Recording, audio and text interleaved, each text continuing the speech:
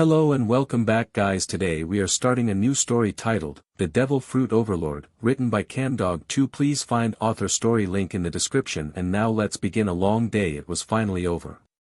After months of fighting, loss and heartbreak, the war between villains and heroes had come to an end and the heroes had won. All for One and Shigaraki were dead, the Paranormal Liberation Front, destroyed with the remaining dregs of it being hunted down. And Japan was starting to be rebuilt by the heroes and civilians coming together to finally get their lives and country moving again.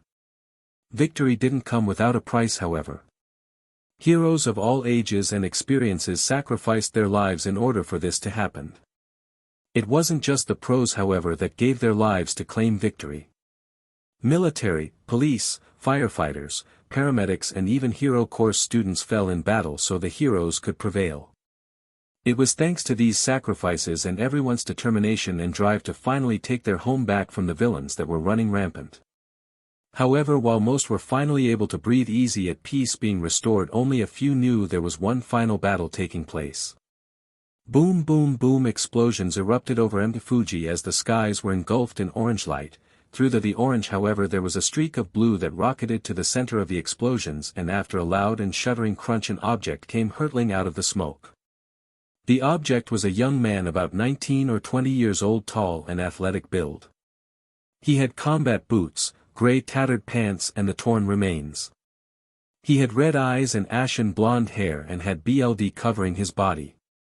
This was Bakugo Katsuki, and he was currently glaring towards the smoke clouds where he could faintly make out two emerald shining orbs. UF piece of SHT, he roared, his hand raised ready to fire off another explosion, only for a beam of light to shoot from the smoke and go right through his shoulder. Bakugo let out a gasp of pain as an explosion from behind launched him forward. Only for a powerful force to slam into his cheek and send him hurtling towards the ground at breakneck speeds. DM it. Bakugo roared as he tried to right himself, only for something to impact his jaw. However, there was also a searing heat along with the impact, and it was delivered with such force, his lower jaw was completely obliterated. In any other circumstances that would result in the death of the one getting hit, but even as he went hurtling away, Bakugo's jaw quickly regenerated. His relief didn't last, however, as the moment the jaw fully healed, Bakugo took another blow to the head, this time directly to the skull, that knocked Katsuki out for several seconds. What woke him up is that he was then rocketed around several times like a ping-pong ball before a final blow directly to his face sent him hurtling to the earth, where he landed with such ferocity it caused the surrounding area to shake violently. F, Bakugo roared as he got to his feet and glared at the one person he despised most in this world. He was a young man around 19 to 20 with a lean, muscular physique. He had on black combat boots, jeans, and an army green shirt. He had emerald eyes and hair which was being covered by a black bandana, and he had the beginnings of beard. This was Izuku Midoriya, hero hopeful, savior of Japan, and he was currently glaring down with the most hatred that had ever been in eyes directed towards one that he once considered a friend.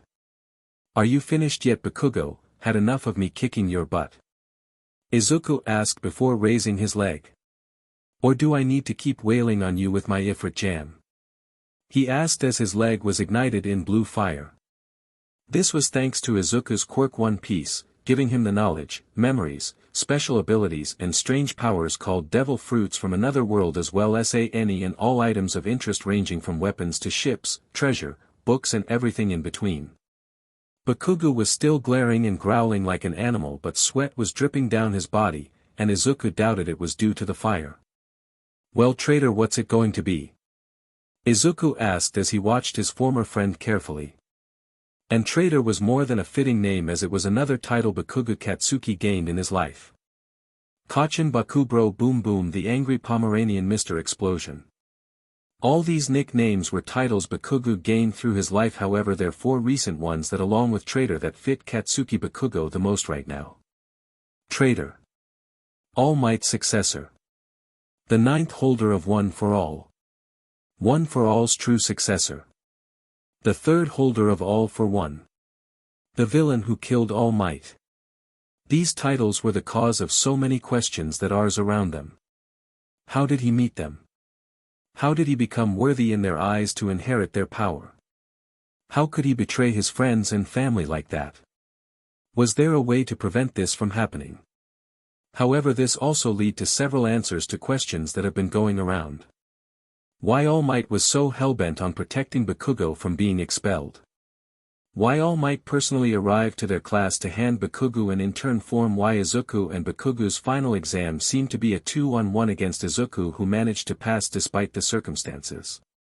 It was here that Bakugo was heavily punished for the time since he arrived. Receiving a 0 on the exam for attacking his teammate, as well as being put on house arrest to the dorms for the foreseeable future, while All Might was put on probation for deliberately targeting Izuku. Something he had done for the entire year. Before he could go any further down memory road, he shook his head to clear his thoughts. Now's not the time for this. He reminded himself before he focused on Bakugo. It was clear the villain had no plan to surrender as he raised his arm. "F you freak!" he shouted as a torrent of flames launched from his hand, courtesy of Hellfire, stolen from Endeavor. He never learns. Izuku thought, annoyed, his leg returning to normal as the flames got closer, as the air around began to waver, and by the time the flames reached Izuku they impacted a shield made from the moisture in the atmosphere. This was thanks to the water fruit, a Logia fruit that lets the user become, create and control all forms of water.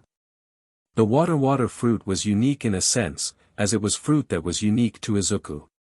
It didn't exist in the other world but was seemingly created by his quirk along with a few others. Izuku glanced down at Bakugo with an unimpressed expression. "Alright, then how about a boiling water thunder dragon?" Izuku challenged as a dragon formed from boiling water shrouded in lightning shot towards Bakugo. Only for a wall of ice to block it. The dragon for its part tried to blow to dig through, however more and more ice formed. It eventually died down. When the ice wall collapsed, Bakugo was there, his right side covered in frostbite, and he was breathing heavily but still smirking. "Well, looks like half and half was good for something after all." He laughed. The laughter didn't last long as several tree roots emerged and impaled the ashen blonde to gasp in pain as his various recovery quirks worked to heal him. They didn't even have time to finish as Izuku warped right above Izuku and gave the teen a hockey-powered punch to the spine, causing it to completely shatter. Bakugo was flooded with so much pain that not even his pain blocker quirk could fully negate it, as his bones were painfully regenerated. Izuku tore his former friend away from the vines and threw him violently to the earth before unleashing several earth-shaking punches. Bakugo tried several quirks to get the worthless nerd off him, but nothing worked. Decay, overhaul, vibration. Even a fully powered one for all smash just passed straight through him thanks to his Logia intangibility. However, the ground beneath him was a different story, and between the two a large crater was formed, giving the traitor enough space to worm his way out. "Enough of this SHT, Bakugo roared as a muck-like substances flowed from his back as hundreds of different Bakugos appeared ready to slaughter the green-haired hero. Only with a crack of thunder lightning rained down, vaporizing the clones in a near instant. Izuku emerged from one of the bolts, his legs glowing with the power of the glint fruit along with the tun fruit, twinkle fruit and the strong fruit. This resulted in Katsuki becoming a blur as he was catapulted into forest, and once he finally finished his flight a massive explosion erupted from where he landed. But he wasn't dead. Izuku's haki told him that much, and he knew it wouldn't. Shigaraki when he had a weaker body and was in worse shape than Katsuki when he took the kick, so Izuku knew the explosion user would survive it. Besides, Izuku wasn't trying to kill him, not for anything moral reason, or it was the heroic thing to do. The simple fact was that he didn't want to put Katsuki's parents through what Katsuki and the other villains put other parents through, of having to know they outlived their children. His haki alerted him to what was going to come next, causing Izuku to click his teeth. "So that's his next move, eh?" he muttered as his body seemed to budge and grow. "Alright then, if that's how he wants to do it, then fine, that's how we'll do it." Meanwhile, Bakugo struggled to get to his feet even as his body healed itself, but the young couldn't care less as his body was trembling in pure apocalyptic rage. "No. No. No. No. No." Bakugo roared, his teeth becoming sharp as razors as he started to activate and merge every quirk he could. Spear-like bones, spring-like limbs, impact recoil multiplier, hypertrophy, rivet, kinetic booster, brawn boost, fierce wings, 1 for all, mole overclock, body bulk, scale, male stress, gecko, muscle augmentation, beast, razor sharp engine, tail, electrification, hardening, dupli arms, hardening. Bakugo activated all of these in a bid to reduce Izuku into nothing more than a mist. The result was something out of a nightmare.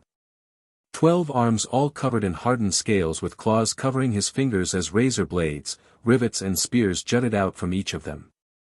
His body was now a towering, bulky, twitchy mess that seemed seconds away from splitting open as it was punctured from the inside by more rivets and spears. The wings growing out of his back were jagged and rough as opposed to the light soft ones Hawks once had, with each feather having 1 to 2 rivets. His legs were a mix of beet and lizard, with sharp claws at the end of each toe with engine spooks sticking out each calf. His head and neck were the worst, however. He now had 3 heads, one of a gecko with needle-like teeth, another was that of an animal with every inch of its head covered in rivets.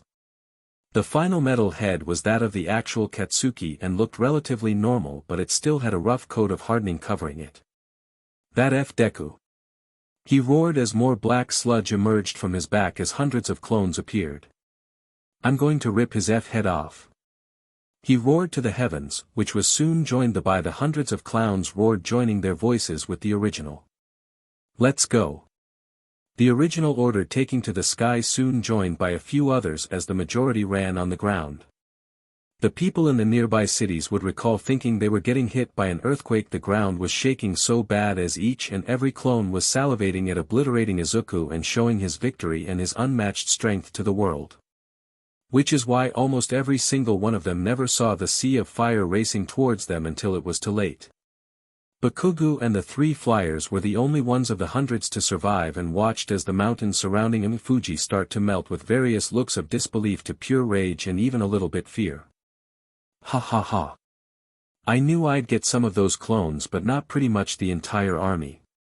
Izuku laughed, his voice deeper and more gravely, and as he emerged from the smoke it was clear why. Bakugo, seeing the form Izuku took, actually let out a grunt of surprise and worry. Izuku heard this and gave a challenging smirk. What's he matter? Having second thoughts about keeping this but kicking going, traitor. Izuku taunted Bakugo, causing him to start seeing red. Go to hell. He roared as he and his 2 clones descended on him with a snort and wave of his arms. Izuku sent dozens of air blades towards the trio. They managed to dodge and got in close. One's clone went for a fury of kicks toward Izuku's legs while the other began trying to stop him in the chest, where it would hurt most and do the most damage. The real Bakugo was throwing punches and explosions powered by 100% of 1 for all directly towards Izuku's head, wanting nothing more than to turn it into a smear. Any of these attacks would have obliterated even the strongest of heroes, but they didn't even land on Izuku. Swamp, light, smoke, snow, soot, sand, this was all they were hitting when the kicking clone impacted some magma that caused it to be destroyed.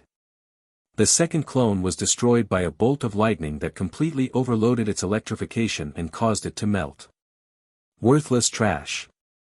Bakugo thought in his head as he tried to inflict any damage.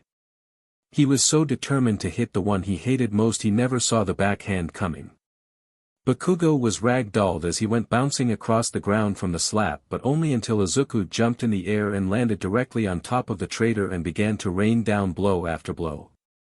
Nothing Bakugo could do to stop it. All the defense he gained from the various quirks meant nothing to Izuku's strength, and wherever the punch landed something was broken or shattered, only to be healed by his various healing quirks. Going on the offensive didn't work either. Either going intangible or simply failing due to Izuku's durability. Finally, after 10 minutes of raining down punch after punch, the traitor was left groaning on the ground. Izuku slowly got off his former friend and observed him intently. A slight twitch from Bakugo and a quick glance with his haki resulted in Izuku to deliver another punch to the head. Breathing heavy and trying to stay conscious, Bakugo reverted back to his normal form before blue fire blasted from his hands towards Izuku. The boy was engulfed in the blue fire, but Bakugo didn't for a second believe it would keep the annoying BSTRD down. It was this thought process and a slight moving in the flames that caused him to JRK back just in time avoid Izuku's leg, which had become an axe, from burying itself in his neck, but he wasn't fast enough to react to Izuku pivoting and raining down another flurry of punches, with both his fist having grown spikes for extra damage. POW. After the eighth punch, Bakugo regained enough of his senses and unleashed a catastrophic explosion which could have burned the entire area down had Izuku not repelled it towards the sky with the pawpaw fruit. Ice circles then jetted out of the ground, forcing Bakugo back, but Izuku dashed forward and then sliced him several times with an ice saber before stabbing it through his shoulder and creating a shackle made of darkness to stop him from using his quirks. So there Bakugo sat bleeding heavily, a large jagged blade of ice sticking in his shoulder and a shackle of darkness wrapped around his leg.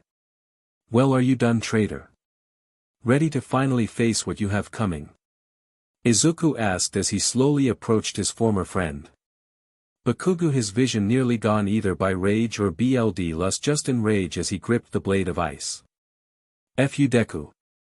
I don't lose, do you hear me? He roared as he ripped out the blade. I don't lose. He roared at the top of his lungs and in one fluid motion sliced off his leg. For a total of 2 seconds Izuku was stunned by the lengths Bakugo went to, and that's what allowed Bakugo to open a warp gate and try to escape. However, once those 2 seconds were over, Izuku jumped in right after him and had grabbed him by the hair. Don't you ever quit?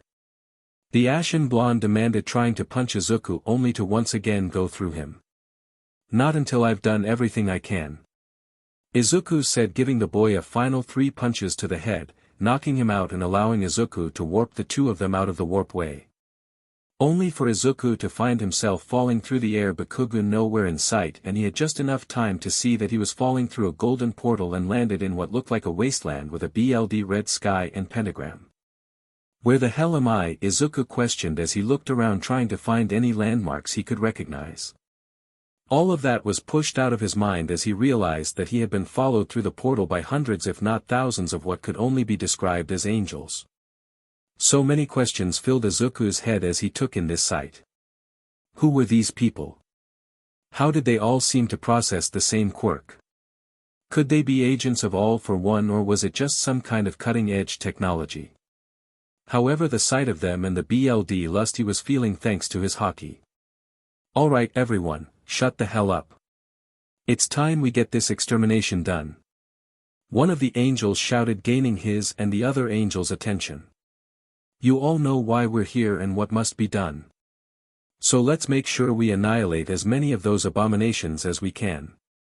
She shouted, raising her blade high in the air as the other angels roared in agreement. Extermination. Annihilate. Abomination. What the F is going on here? Izuku thought as he decided to go behind a small rock formation to hide from the angels' view. Wow, loot way to steal my Thunder Beach.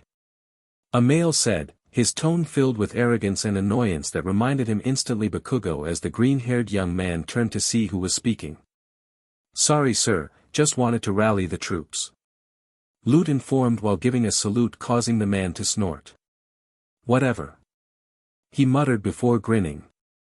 But she wasn't wrong, girls, let's get out there and show 'em why we don't F with heaven. He laughed before he, Loot and the other angels began to fly to what Izuku could faintly make out as a city. And approximately 5 seconds later Izuku's future sight told him exactly what the angels were planning on doing. A massacre of men, women and even children of what appeared to be thousands of mutants as the city around them burned. Not happening. Izuku snarled in his mind before he took a deep breath, glanced towards the cloud of flying angels as the fearful screams from the city was already reaching his ears. And then Izuku unleashed his conqueror's hockey at full blast. The entire ground started to shake as Izuku's will made manifest was unleashed. As for the angels, it was as if someone had clipped invisible strings all at once, because they all dropped to the ground, the clanking of metal hitting the ground ringing for miles around. What the F? The male angel demanded, looking at all the knocked out angels as Loot survived their surroundings frantically. Don't worry sir. I'll find the culprit. Loot promised, only to shriek when Izuku suddenly warped in front of them both in the air. No need. He muttered, his eyes set into a fierce glare. I'm right here. Unknown to them, this little scene was being watched by a figure hidden in the shadows. Their eyes a deep red and had a wide jagged tooth grin as they watched the scene play out in front of them. Meanwhile in the air the male angel was glaring. Hey D-head, who the F do you think you are messing with this little job of ours? He asked, getting a glare in return. Job? What job could you possibly have that involves killing thousands? Izuku demanded with a snarl. The angel opened his mouth to respond, but Lute opened her mouth to answer for him. To deal with overpopulation. Why else would come to hell in the first place? Lute demanded as the other angel shot her an annoyed look before looking back to Izuku. Beach is right, bro, I could be rocketing in heaven, but I've got to hang around this SHT hole and offing these PPS. The male angel, as if it was some annoying chore that he had to go through. Bam Izuku didn't appreciate the way the BSTRD in front of him was causally speaking of killing, so he blitzed right in front of him and gave him a punch to the stomach which sent him flying back several feet. Gah! The guy shouted as he hunched over. You little prick. That hurt. That really FHA, haha, nah, I'm just F with ya. The angel laughed as he stood up looking perfectly fine. Izuku blinked several times as if not understanding what he just witnessed. A startled gasp broke him out of it, causing him to look to see Lute trying to stab him with her sword only for her to hit light. Izuku's response was to send her a punch straight to the face, causing her to fly back. However, when she righted herself, Izuku didn't see a single mark on her with her mask looking perfectly fine. What is going on here? Izuku thought, annoyed as he tried to figure out why his attacks weren't working on these two. Well, looks like we got a little freak here. The lead angel said with an arrogant sneer. By this point the angel started to stir and soon he was surrounded, the entire flock was surrounding him. And would you look at that? Looks like you're neck deep in some pretty deep FSHT, bro, he laughed as he raised his hand, so let's not waste any more time. We've still got a purge to do. He ordered, and with a snap of his fingers the angels descended. For the next several minutes it was a complete standoff. No matter what the angels tried they couldn't hit him, much to their frustration. However, Izuku was put into the same situation. It didn't matter if he punched, kicked, sliced, shot or whatever else he could think of, after the angels shock off it off they went right back to fighting and trying to kill him. Come on, think. Think. Izuku demanded of himself. You've been in worse situations than this, you can think of a way out. Izuku rationalized as he continued to fight. What worked the best, what did they react to the most? Izuku tried to recall anything he could use. The problem was that nothing seemed to have worked at all. The only thing that they really worked was dash. Izuku trailed off before his eyes widened and he actually slapped his forehead at his own stupidity. I'm AF idiot. He thought as he realized what he used then, or rather what he wasn't using now. Ah, is something wrong, you snot-nosed prick? The male angel causing Izuku to shrug. No, just stunned by my own stupidity. Izuku admitted before raising his fist as a small smirk appeared on his face. But now I know what I need to do, kick your buttes. He declared as a black metallic substance covered his arms. Oh, is that so? Well then bring it on, bit dash. The angel didn't finish as Izuku warped right in front of him and brought his fist down on the man's skull. However, everyone knew this one was different from the previous blows, as the moment it impacted the halo on top of the man's head shattered it instantly before colliding and breaking apart the man's helmet as he plummeted towards the ground below. The angels all seemed to be frozen at the sight as if in disbelief what they just saw. Izuku cracking his knuckles followed by his neck broke the trance. Well, you still want to go, or do you want to go get that sack of SHT and go home? Izuku questioned as the angels looked at each other unsure of what to do. All except Lute, who with a roar of rage flew towards Izuku's sword held in both hands, wanting nothing more to impale him. Izuku calmly dodged the swipe before grasping her hands and crushing them, causing her to scream in pain before he delivered a kick to her chin. The kick snapped her head back and broke apart her mask before Izuku grabbed her by the face and threw her towards the ground at tremendous speeds. Another angel tried, but with a simple punch she was sent flying, crashing into a rock formation that collapsed on top of her. That seemed to be the breaking point, as the rest of the angels seemed to lose their patience and rushed in, hoping to overwhelm him and put an end to this madness.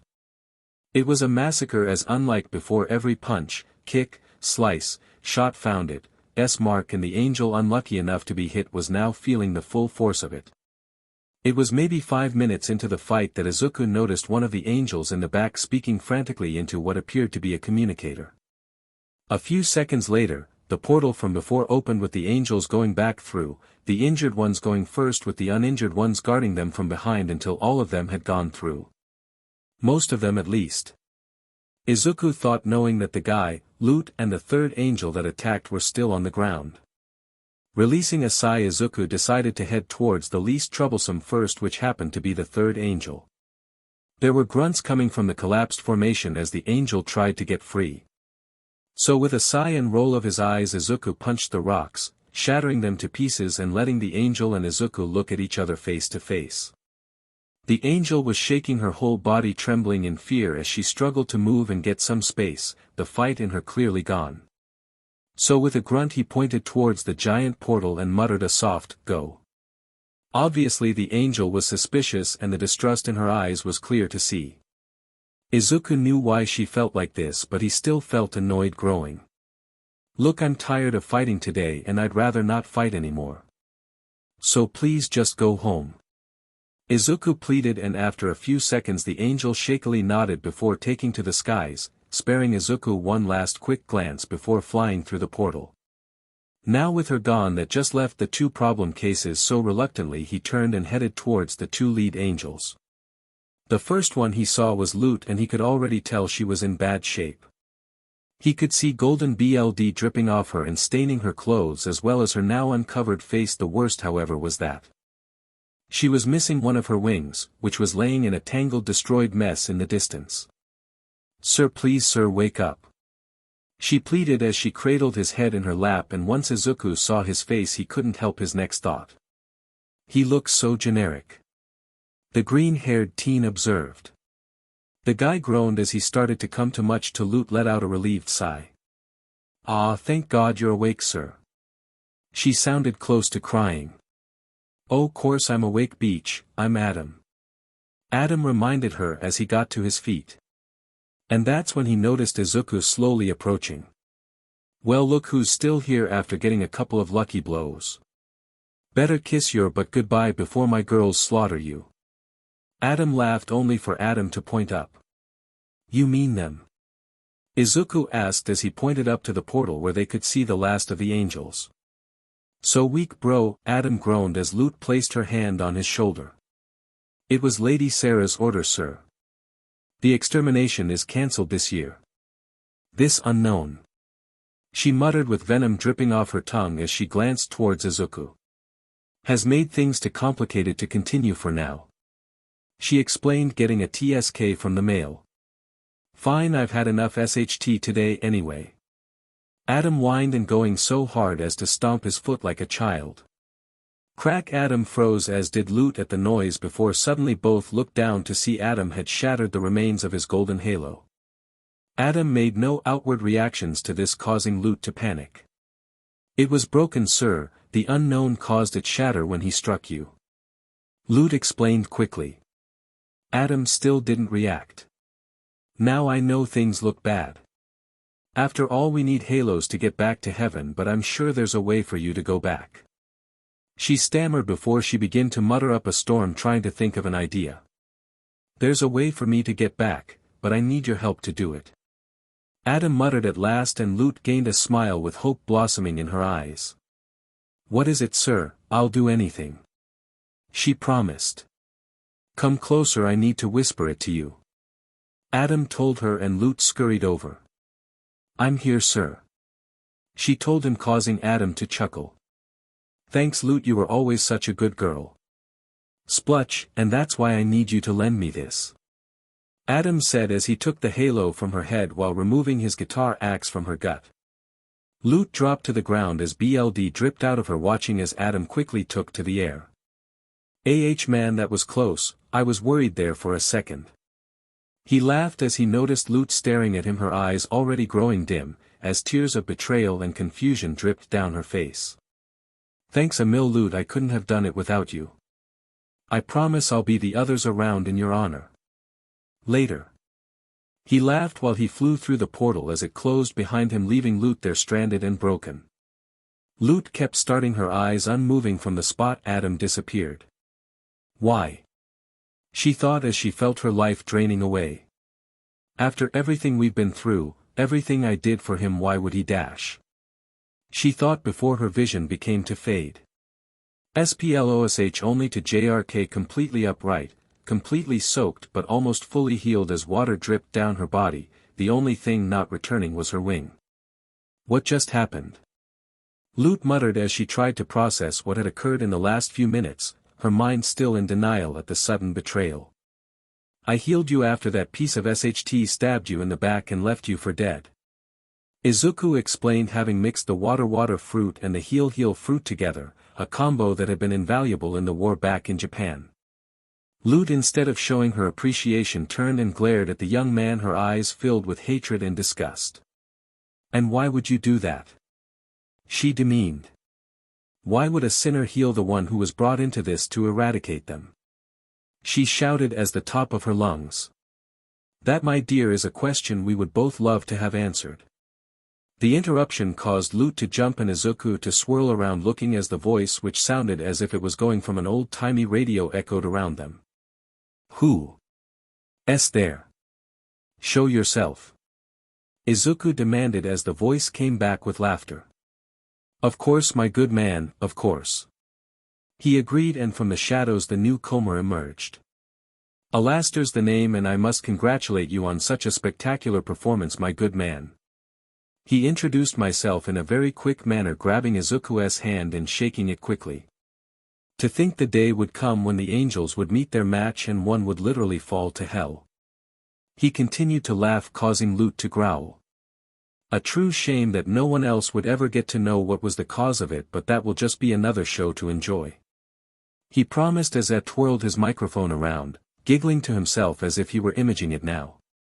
Izuku meanwhile was watching the man with extreme caution. While observation hockey told him that Adam Guy was stronger in terms of raw power, this Alastor was definitely the second strongest he's ever met. What do you want, Alastor? Izuku asked, wanting to get to the heart of the matter, causing the man to chuckle, his tone becoming more eerie as the smile on his face became much more businesslike. Straight to the point, eh? I like that. Very well, to put it bluntly, I want to make a deal. He explained, with Izuku arching an eyebrow. A deal? Izuku repeated, with Alastor nodding. Well, more akin to a bet. Alastor corrected himself. A small trial by combat between the two of us. He proposed, causing Izuku to groan and massage his head. Another fight.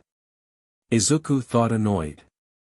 He was always up to fight, but considering everything that has happened today, he was feeling kinda wiped. And just would be betting here? Izuku questioned, and his bad feeling got worse as Alastor seemed to undergo a transformation. His eyes begun to shine even more brightly and his teeth seemed to merge together as he uttered. Our souls. There weren't many people who could see or hear this without at least blinking, but Izuku rolled his eyes. Another lunatic. He thought, dismissing him. Really, our souls? Izuku asked, getting a nod from the taller man. That's right. Every soul that we currently and will own. He explained as a hungry look entered his eyes. Izuku just waved him off. Sorry to say, but I don't have any souls at the moment. Izuku told the man, who laughed. Oh, that much is obvious considering you fell from the sky. No, consider this an investment for me. He explained, and for a moment Izuku was sure he saw the man's shadow move. And if I refuse? Izuku asked, getting a chuckle from the man. Should you do that, well then I'll just have to tell all of hell about our little stranded bird here. He said, gesturing to Loot, who seemed to pacing around muttering to herself. Why is she even still here? Izuku wondered, and what's with calling this place hell? Yeah, it's the nicest to look at, but still. Izuku wondered to himself before facing Alastor again. And why would something like that bother me? He questioned as Alastor chuckled. Really, so you could accept being the reason for this woman to be hunted down like a dog? He demanded before he started to get close. Think about it, every year she and her fiends come down here to kill thousands of sinners. How do you think they would feel when they knew one of them was stuck here? Izuku hadn't thought of that, and he knew it would be impossible to protect her all the time should the truth come out. So you swear to keep this little secret if I make this bet with you? Izuku questioned as Alastor smirked in victory. My lips are sealed. He promised as he held out his hand, which started to glow green. So it's a deal then? He asked, and Izuku definitely saw the shadow move this time.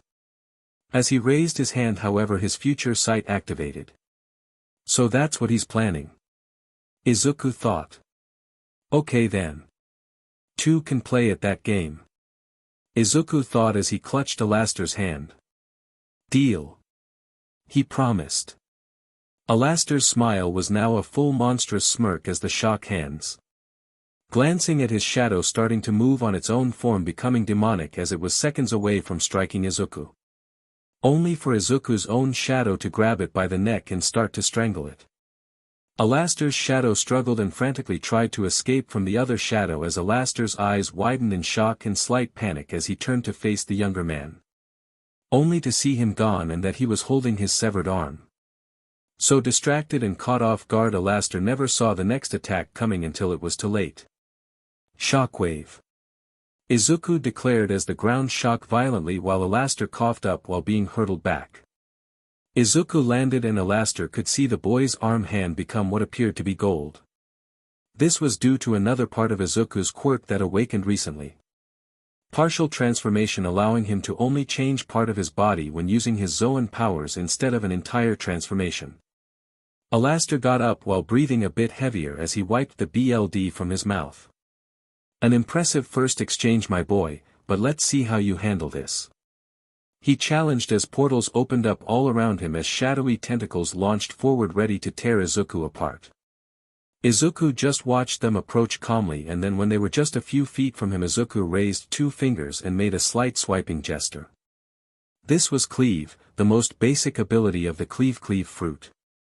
A fruit that allows the user to use a variety of slashing and cutting techniques. Alastor meanwhile was stopping the bleed and closing the wounds with his magic, a slight look of panic briefly in his eyes as he glanced at Izuku, who was just standing there waiting. Sorry my boy, but looks like this could take me a minute. He said as he held up his microphone. How about I bringing in some friends to keep you company while I do so? The mic glowed red as Alastor sunk into the shadows while a tidal wave of tiny, black imps with large hanged smiles, devil horns and glowing red eyes appeared and rushed towards Izuku. Izuku simply took to the skies, but the gremlins weren't letting him go so easily, so after the initial attack was over they started piling on top of each other, forming a colossal tower as they tried to reach him. They're resourceful, I'll give them that. Izuku before smirking.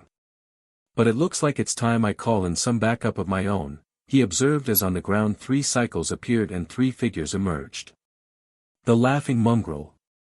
All 3 were summoned due to the spawn fruit, a devil fruit that allows the user to create any living thing they can think of. The more the user understands and knows about the creature, the stronger it is, though it can never be stronger than the user themselves. The gremlins gulped in fear as the 3 summons grinned in anticipation as they looked towards their creator, who gave a nod.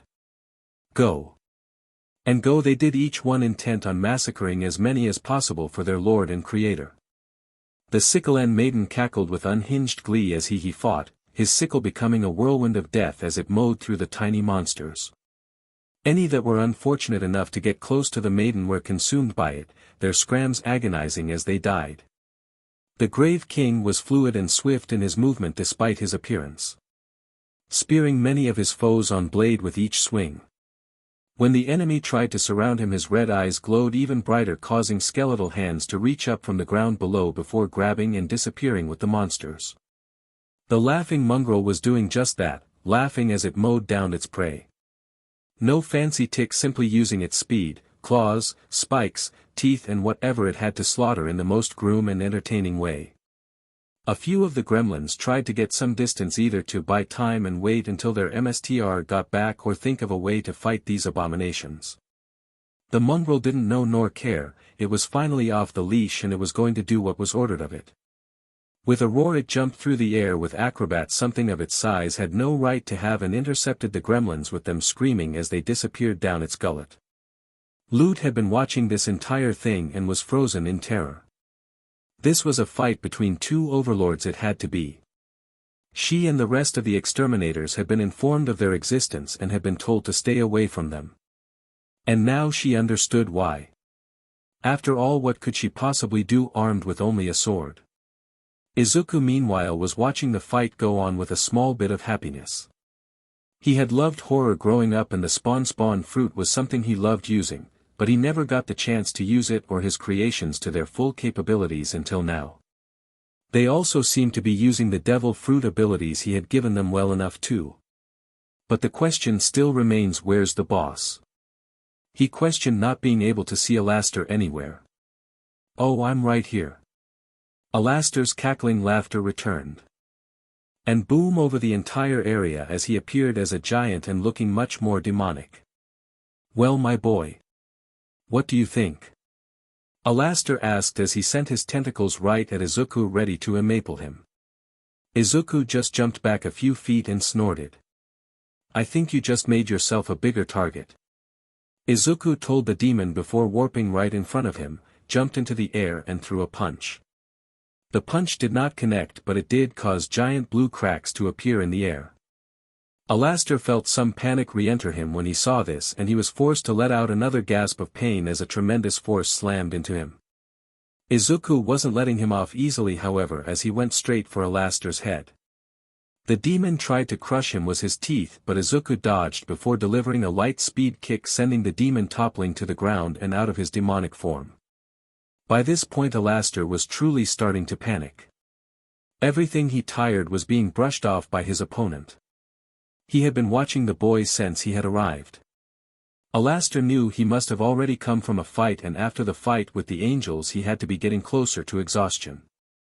So where is all this power coming from? Alastor demanded furiously as he tried to think of a plan. His first instincts were to run and wait for an opportunity to strike another day, but the little deal they had would prevent that. Should he try and run, that would be seen as a forfeit and the game would be loss. Hell, Alastor could already feel the chain being placed around his neck just by considering the option. So how do I do it? He thought, trying to use his years as serial killer to find the best angel to win this. He saw his chance, however, when he took a quick glance to the side for any ideas. Well, hello. He muttered, a sickening smirk coming to his face as an idea formed in his head. Izuku landed by this point and was approaching Alastor. So are you ready to end this little charade, or do I need to kick your butt some more? Izuku questioned as Alastor laughed as he slowly and shakily got to his feet. Oh, I believe it's time for this game to end, all right, but not in the way you think. Alastor answered, with Izuku getting a nasty feeling in the pit of his gut. Oh, and why is that? He asked, causing Alastor to let out a mirthless chuckle and point to the side. Izuku followed the finger and his BLD nearly froze when he saw Loot wrapped up by several tentacles as another had her sword to her neck as the angel tried to snuggle and get free. My terms are simple. Surrender to me and I'll release your friend. Easy, right? He asked. Now Alastor accepted a lot of things. Screaming from the child that this wasn't fair or she had nothing to do with this. To asking how he could do something like this when it was supposed to be a one-on-one duel. Even breaking down and start crying as he gave up the match in an attempt to save the woman. Any of these would have been expected, but none of them happened. Let her go. That was all he said. His voice without any emotion, face blank as he made his demand. Sorry my boy, but my price still stands. You want her to be feed, you must forfeit the match. Alastor reminded him. Let her go. Again he said it, and hosily Alastor was starting to feel a little annoyed, and this showed by the blade getting closer to Lute's neck. I heard you the first time. But saying it twice isn't going to make me change my mind. I've told you what must be done to save her, so now it's time for you to choice. He said as radio static started to fill the air. Let her go. Enough. Alastor roared angry. The little whelp still thought he was in control. Now listen to me, boy. Here's what's going to happen. Either you give up and your souls becomes part of my collection, or you don't and I spill that angel's blood all over the ground. Those are your options, and now it's time to dash. The demon never finished as a force unlike anything Alastor had ever experienced impacted him, forcing him to fall face first into the ground. This act caused the tentacles holding Lute to disappear, but she couldn't run as she was forced on the ground as well. However, it wasn't that force that was the problem. No, a malevolent and terrifying aura that was so potent and powerful it left like the two had been killed and were facing oblivion. What is this feeling? Demon and angel thought. What they didn't know was that they weren't the only ones experiencing this. All over hell the denizens were feeling this, all experiencing the same horror and the feeling of wanting to die just to escape this feeling. And that's when the vision started. Various reports would later indicate that what each individual experienced and the potency of the visions depended on where they were at the time. Those on Sloth, the ring furthest away from Pride, were reported to having bad dreams, bad memories coming back, and whispers and echoes of unpleasant memories ringing in their ears. While those on Pride were reliving their worst memories over and over again on an endless loop, many instantly went comatose and some couldn't take it any instantly took their own life. It did not matter who they were or how powerful they were, everyone was affected. As for Lute and Alastor, they were experiencing the worst of it. The world seemed to disappear into a vortex or darkness before countless crimson eyes merged, all looking toward them, each one filled with rage and resentment. Then the voices started. Beginning as whispers, they were indecipherable, but they got louder and louder. They were screams, cries and pleads for mercy, only for terrified screams to follow. And then the visions truly started for the two, and what they were seeing truly terrified them. It was themselves, and they were getting killed. In each vision they were getting killed by themselves. And these weren't just visions, they were memories. Whether it be of Lute during the previous extermination or Alastor either during his time alive or his time in hell. They were going through everything they had put others through. Every sight, every smell, every sound, all of it, and most importantly every single bit of pain they had ever infected.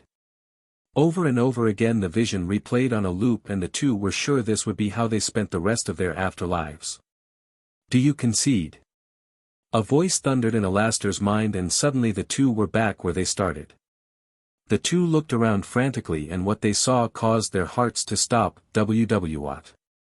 Alastor, tired to rasp out his mind, being overloaded with fear and madness. Do you concede? The figure asked again, it while towered over the horizon.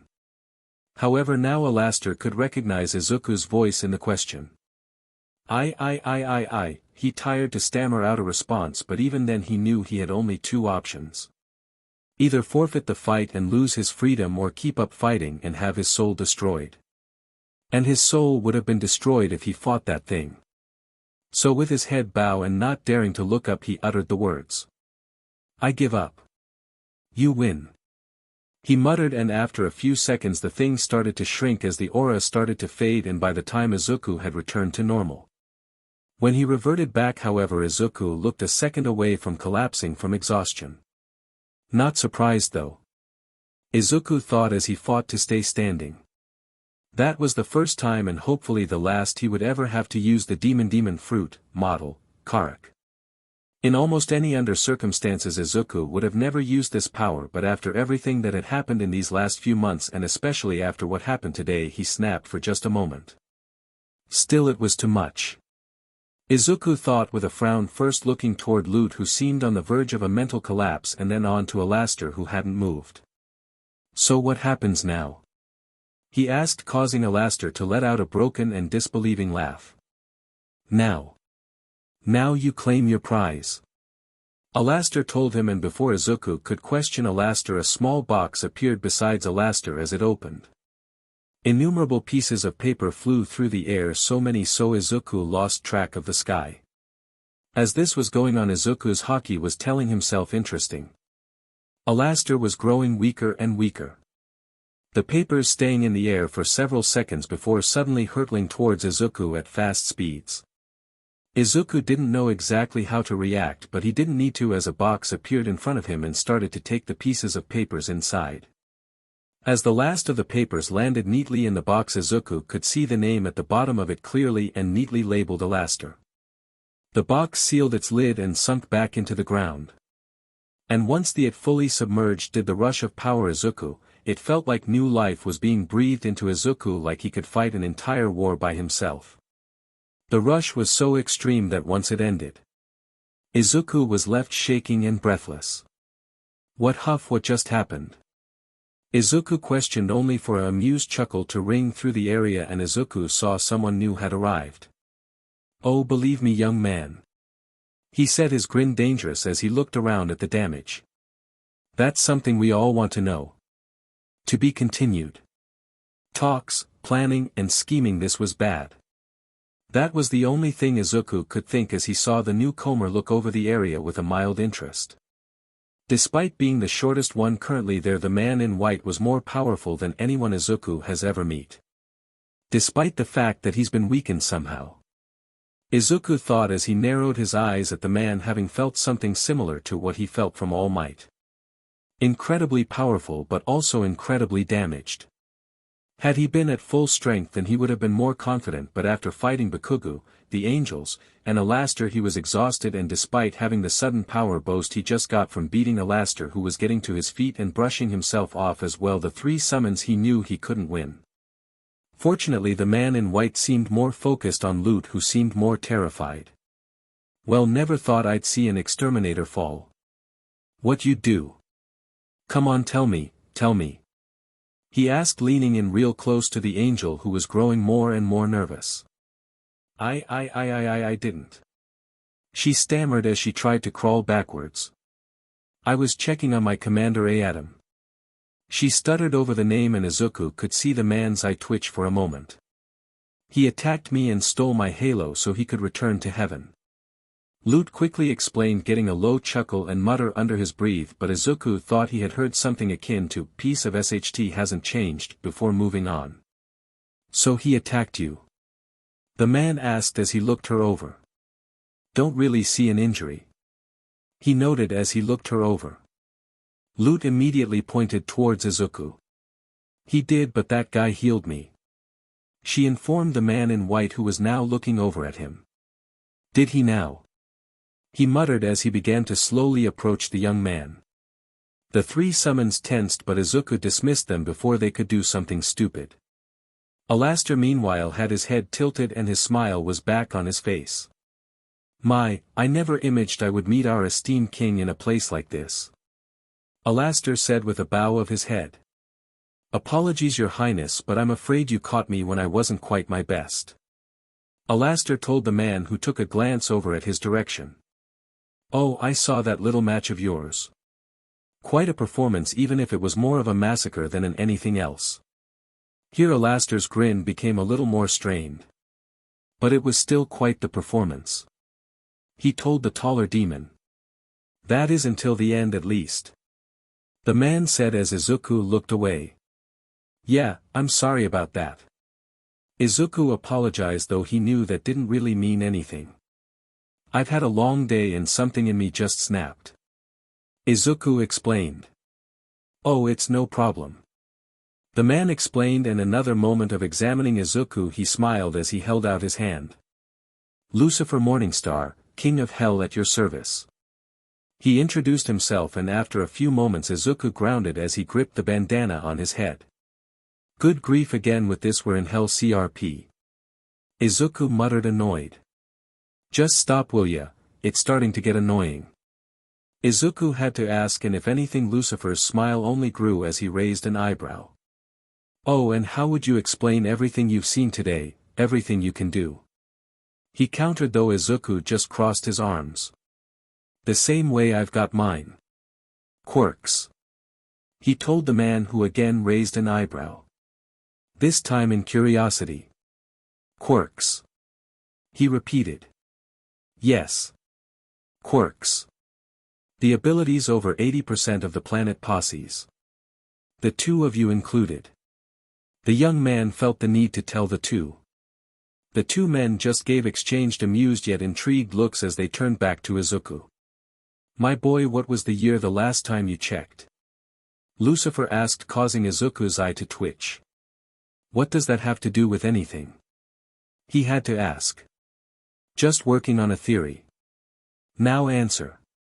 Hearing the slight change in Lucifer's tone caused Izuku to scowl before he reluctantly giving the answer. Lucifer just let out an amused giggle. My boy, I'm sorry, you seem to be a little more lost than you think. Because if that was the time you did in fact come from, then I'm afraid you're a couple of centuries off. Lucifer was kind enough to inform, grating a snort from Izuku. And you expect me to just believe that CRP? Izuku asked as Lucifer scratched his chin in thought. No. Well, how about this? Lucifer said as he held his cane in front of Izuku, who was able to blink once before the vision started. In a flash, countless years of history, countless years of progress, countless years of sin flashed before Izuku's eyes. He didn't know how long he was seeing these things, but when he snapped out of it he was on his hands and knees, a pile of vile on the ground. Let's try this again. Lucifer said as he held out his hand. Lucifer Morningstar, pleasure to make your acquaintance. He said, holding out his hand. Izuku just stared at it before sighing. I hope you realize how suspicious that the literal devil is offering me his hand. Izuku muttered, and Lucifer's smile grew. Oh, I do, and I find it hilarious. He was helpful enough to inform as Izuku reluctantly took his hand and helped him up. After giving him a brief thank you, Izuku immediately felt a wave of vertigo hit him and would have toppled over had Alastor not grabbed. Now lad, don't topple over just yet. He told the younger man. As you can see, my new employer here seems to be just a few seconds from collapsing. Perhaps it would be best to move this somewhere more comfortable. Alastor suggested before looking over in the distance. Not to mention more private. He added on, seeing all the film news trucks and copters quickly approaching the area. Lucifer glanced towards Alastor in a curiosity at the suggestion, but dismissed for now.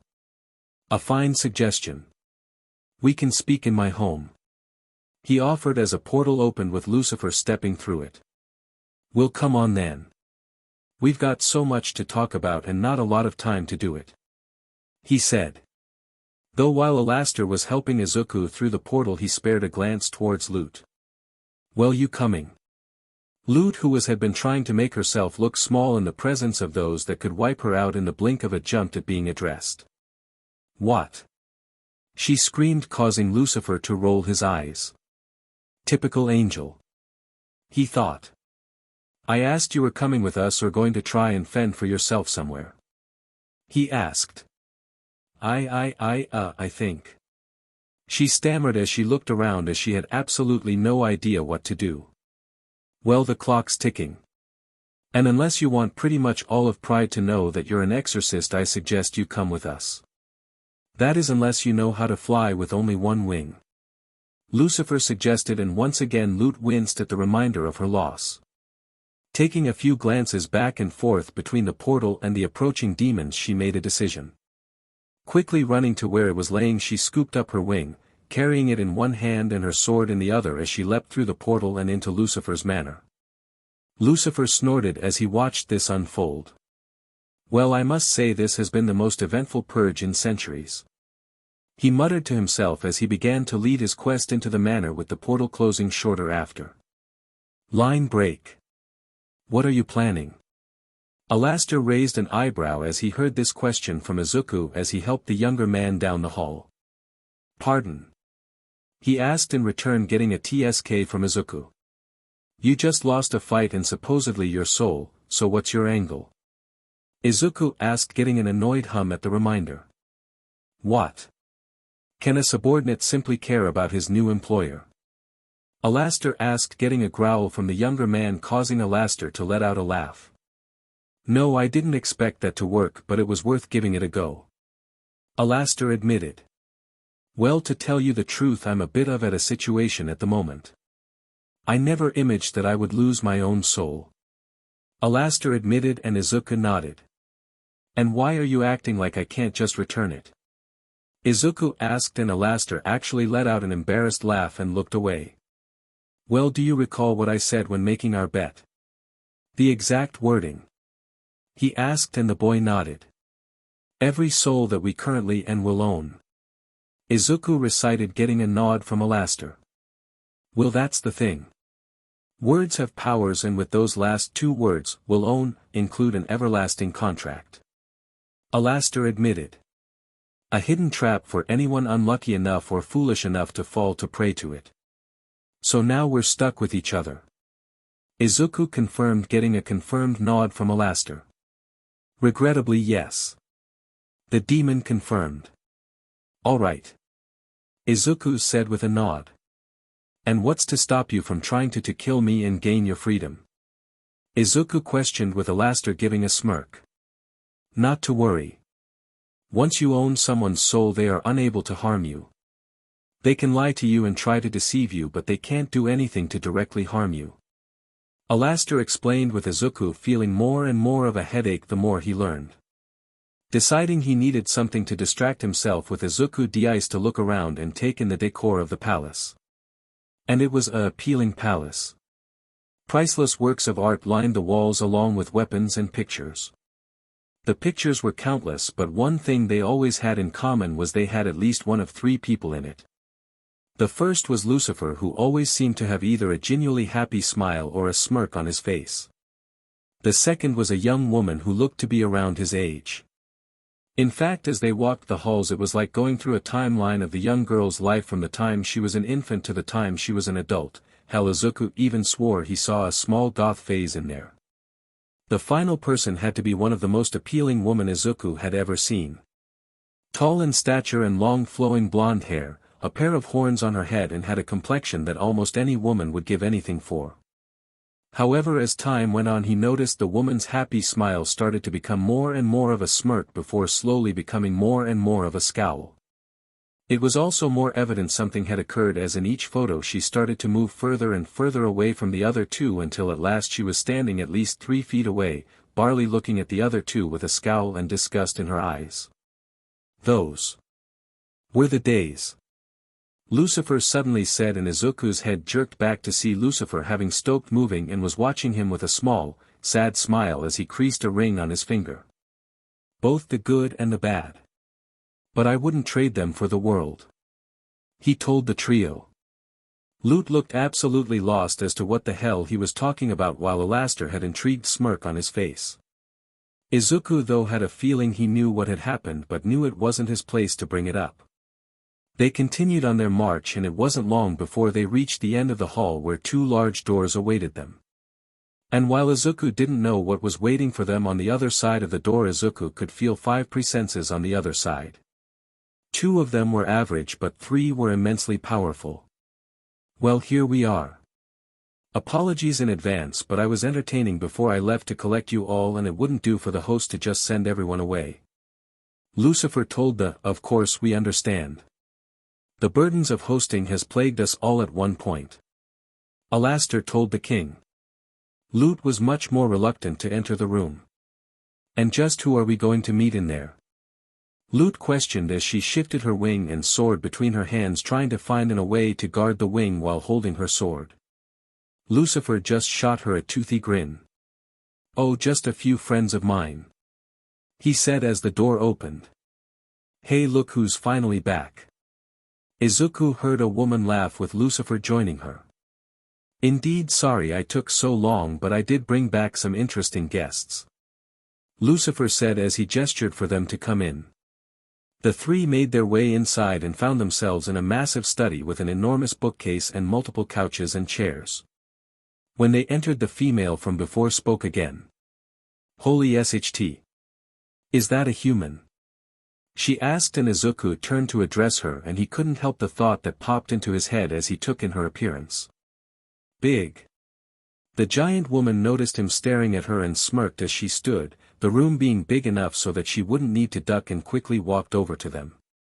Alastor, seeing this, smirked before disappearing, causing Izuku to stumble at the sudden loss of support, but before he could fall the woman picked him up under the arms. "DM, it's been a long time since I last saw one of you," the woman muttered before smirking.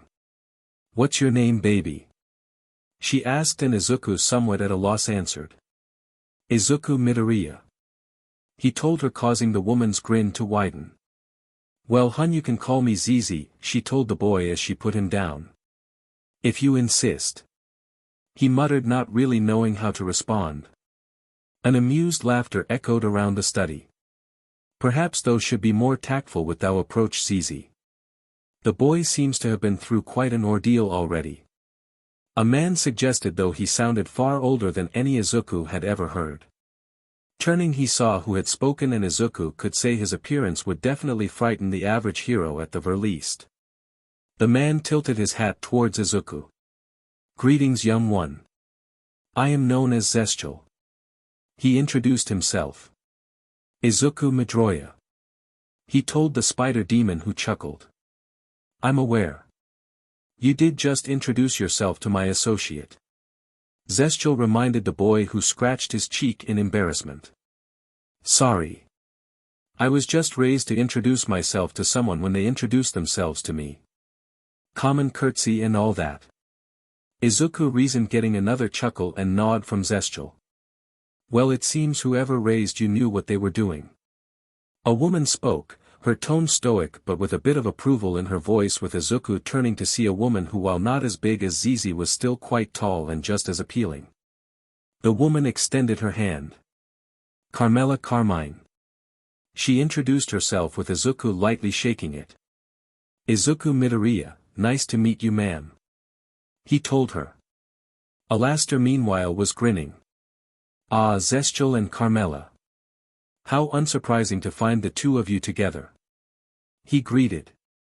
Zestial's smile grew at the demon's greeting, while Carmela rolled her eyes.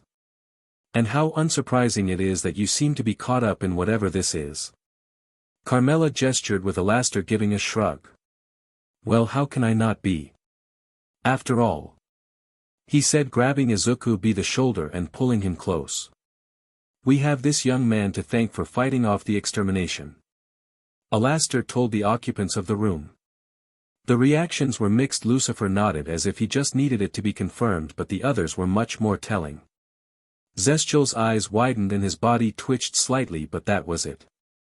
In contrast, Zizi was staring open-mouthed, gasping, her arms dropped to the side in disbelief.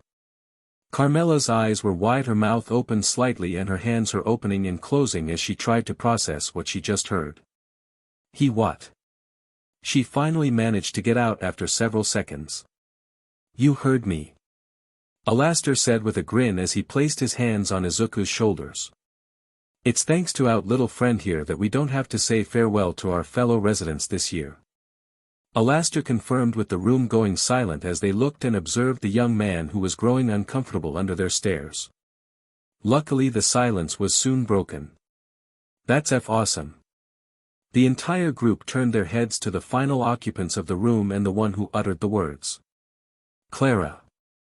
The woman in the lab coat scolded the one-horned woman, who grinned. "Oh, don't Clara me, Odette. You're just as happy as I am," Clara countered. "Indeed I am," she confirmed as she fixed her glasses. "But that doesn't mean we have to get too wild," she reminded her. "Too wild? Too wild? The extermination was stopped and we've got the guy who did it standing right here," Clara shouted, getting a glare from Carmela. "Clara, that's enough, calm yourself down," she ordered, getting an apologetic look. "Sorry, Mom," she said, getting a nod from Carmela before she turned to Lucifer. "Apologies for the interruption, Lucifer. My daughter tends to get overexcited," she apologized, with Lucifer smiling. "Oh, think nothing of it, Carmela. I know all about overexcited daughters," Lucifer said, and suddenly there was a thud followed by the sounds of someone running. "Speaking of which," Lucifer said with a knowing smile and loving exasperation. The sounds of footsteps got louder and louder as whoever it was got closer was closer, and as they did the group started to make out what they were saying. Excuse me. Sorry. Just coming. Through. Sorry, I'm sure that'll come right out. Please make way. A few moments later and the doors burst open as the newcomer huffing and puffing entered the room. Is it true? She demanded almost pleadingly, looking around desperately. Was the extermination stopped? She asked, her tone filled with hope. Lucifer nodded with a smile. Indeed it is, Charlie. Those pigeons weren't able to take out a single sinner. Lucifer confirmed, and the now named Charlie looked close to tears. Dad. She squeaked. Did you dash? She asked as Lucifer shook his head. Oh no, not me, my dear. He said with a devious smirk before gesturing to Izuku. It was all thanks to our new human friend here. He said, and a moment later Izuku was enveloped in a crushing hug as Charlie seemed to teleport over to him and placed him in a bone-crushing hug, even lifting him in the air and spinning him around. Thank you. Thank you. Thank you. Thank you. Thank you. Thank you. Thank you. Thank you. Charlie said on loop as she continued to spin him around. Izuku was at a complete loss. That's the princess of hell. Lute muttered in disbelief at seeing the heir to the throne. She and Lady Emily could be sisters the way she acts. Lute said, not being able to help make the comparison. Yup. Isn't she great? Lucifer said, his tone filled with fatherly pride. A charming lady to be sure. Zestial nodded and Alastor laughed. She sure doesn't bother to hide her emotions, does she? Alastor, he asked, watching the spectacle. Charlie had finally decided to let Izuku go, but that didn't mean she was done talking. Thank you so much. I never thought a day like this would happen again. I've been trying to come up with a way to stop the extermination, and I was always heartbroken every year it happened. But thanks to you everyone has a chance to live another year. How did you even do it? Did you somehow convince them, or did you do something else? Charlie said, her voice dropping at the end. This was the first time she truly was able to see Izuku. So caught up in her excitement and happiness it blinded everything else to her. But now that she had managed to calm down, she got to clearly see the hero of hell, as she was already calling him clearly. And one thing she instantly noticed was that she was speaking to a human. An actual human. She had never met one before. Sure, she had met countless sinners, but she had never met a human while they were alive. Hey Dad, Charlie asked slowly and hesitantly, a nervous grin on his face. Why is there a human in hell? She asked with her father's expression become curious. Isn't that the question of the hour? Lucifer said as he as well as everyone turned to Izuku. Now then, young man, if we could get an explanation. We can all go from there. It was simple enough request and very reasonable, but the question was, where the hell does he even begin? Izuku thought for a moment before he nodded. Alright, I can explain, but instead of just telling you, why don't I show you? Izuku offered as he placed his hand to his head. A moment later, what appeared to be a sphere of moving film reel. This is a nifty little trick I call playback. With it I can share memories of anyone with anyone. I figured it would be the easiest and clearest to explain everything. Naturally I've got to leave some private things out. But I'll include everything I can up until the angels leave. Izuku explained, getting nods of agreement from Lucifer and Alastor. If you wish we could step outside. Carmela offered, knowing that this wasn't exactly going to be something to be taken lightly. Zestial nodded in agreement as he, Carmela, her daughters Zizi, and Charlie were heading for the door. Wait a moment. Izuku spoke before facing Alastor and Lucifer. Can they be trusted to keep this secret? He asked with both nodding. Indeed, each of them know the importance of keeping certain things hidden from the public.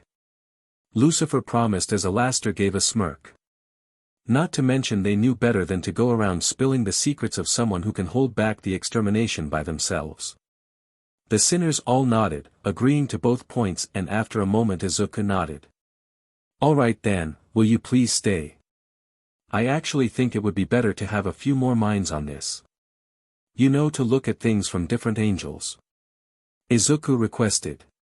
The sinners accepted this, by returning to their seats as they waiting for the explanation to begin. Charlie in particular was bouncing up and down in excitement at seeing the Earth. Before he could activate it, however, Alastor cleared his throat. "If you don't mind, Izuku, just show everything up until Lucifer joins us," the demon asked. "And why would something like that matter?" Charlie asked, more than a little nervous about speaking with the radio demon. "Simple, my dear." He smiled. "Something happens between the two of us that is bound to get out sooner or later, so I'd rather it be on my terms," he explained as Charlie nodded. "You sure about that?" Izuku asked, wanting the dear demon to be sure. Frankly, he had no problem with it, because like Alastor said, it's eventually going to get out what happened. He just wanted Alastor to be sure this was what he wanted. "Of course, lad." The red-headed demon nodded. "Now please begin." He requested, his grin growing wider as he would finally be getting answers on whoever it was he lost to. "Well, if you're sure," Izuku said. As the film reel unraveled and shot toward the residents of Hell, "Then here you go," he promised as the reels entered their heads and the visions began. And so the residents saw everything. From Izuku getting his quirk and growing up, growing stronger in a drive to get stronger to become a hero, joining UA University. They saw all the friends, all the foes, the trials, the triumphs and celebration, along with the losses and mourning. Like Izuku warned them, he did leave out some important moments, but nothing that was needed.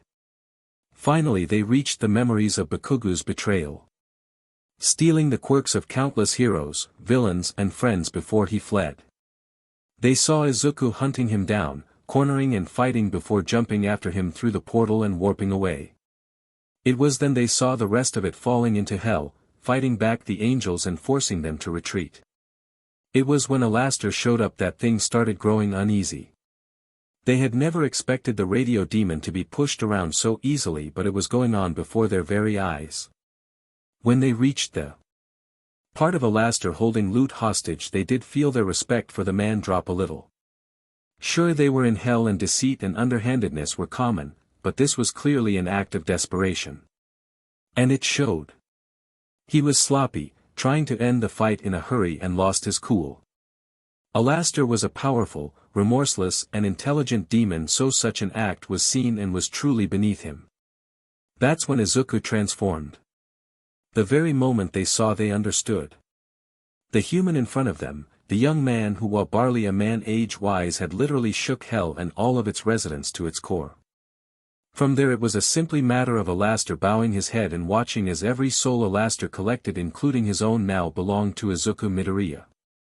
That was when the visions ended, and when everyone snapped back in reality, they saw Izuku sitting on one of the couches. "Sorry," he muttered. "But after the transformation I was pretty much spent. That last little technique just broke the camel's back," Izuku explained. "Understandable," Carmela explained as she ran a hand over her face as she tired to process what she just saw. "That was quite a life you lived, young one." Zestala spoke as he lounged in his chair. "But to think a world like that could exist outside of stories," he muttered, truly intrigued by it, and planned on asking the boy for more specific information later on. "Indeed, and that also explains why you were so stubborn to convince that you were actually in hell," Lucifer added on. Charlie was by Izuku's side in an instant. "To think I'd actually get to meet a real-life superhero after he saved hell. This is the best day ever." She squealed, her brain loading up question after question, when her father, having seen that look countless times, interrupted. "Charlie dear, you'll have plenty of time to ask him questions later. Perhaps we should stick to the current matters," Lucifer said, and Charlie giggled as she looked away embarrassed. "Oh right, yeah, that makes sense," Charlie said before waving her hand. Please continue your talk, she said with a winning smile and thumbs up. Alastor smiled as he leaned on Lucifer's chair. She really is a darling, isn't she? He smirked towards Lucifer, who glanced back with a dangerous smile. Watch your tongue, sinner, Lucifer sang back, but the warning was clear in his tone. Wanting to get back on track, Izuku asked a question. Alright, so why doesn't anyone seem that bad about being subjected to mental torture? Izuku said, with Carmela spoke first. Well, first, I can't say I blame you too much. Considering the last few months you lived through and what experienced just before that moment, I doubt there's anyone who wouldn't have lost control. Carmela said, and even offered him a small smile which he retuned. Besides, that was more of Alastor's fault for provoking you. She added, leveling a glare towards the dear demon, who gestured to himself with a mock-offended expression. Now on to the next matter, Zestial said as he looked over to Lute. What to do with the one-winged angel here? He said with a smile, causing Lute to stiffen before dropping her wing and going for so she could hold her sword better, only for Zizi to grab her sword-wielding hand in a tight grip and lift her into the air. Sorry, hun, but you're not swinging that thing in here. She smirked as Lute struggled to get out of the Dino woman's grasp. What's there to discuss? We should kill her. Carmela spoke, her voice growing cold. She has killed countless demons and med their souls to oblivion. Why should her life be spared when she wouldn't spare us? Carmela said, her voice void of emotion as she brought out a dagger from her dress. Agreed. This angel has fallen, so heaven will seek no recourse from her death, but should the rest of hell know that we harbor an exorcist, there will be insurrections all over Pride. Zestial agreed, knowing how much hatred the sinners harbor for the exorcist, and knew what would happen should hell find out one was hiding among them.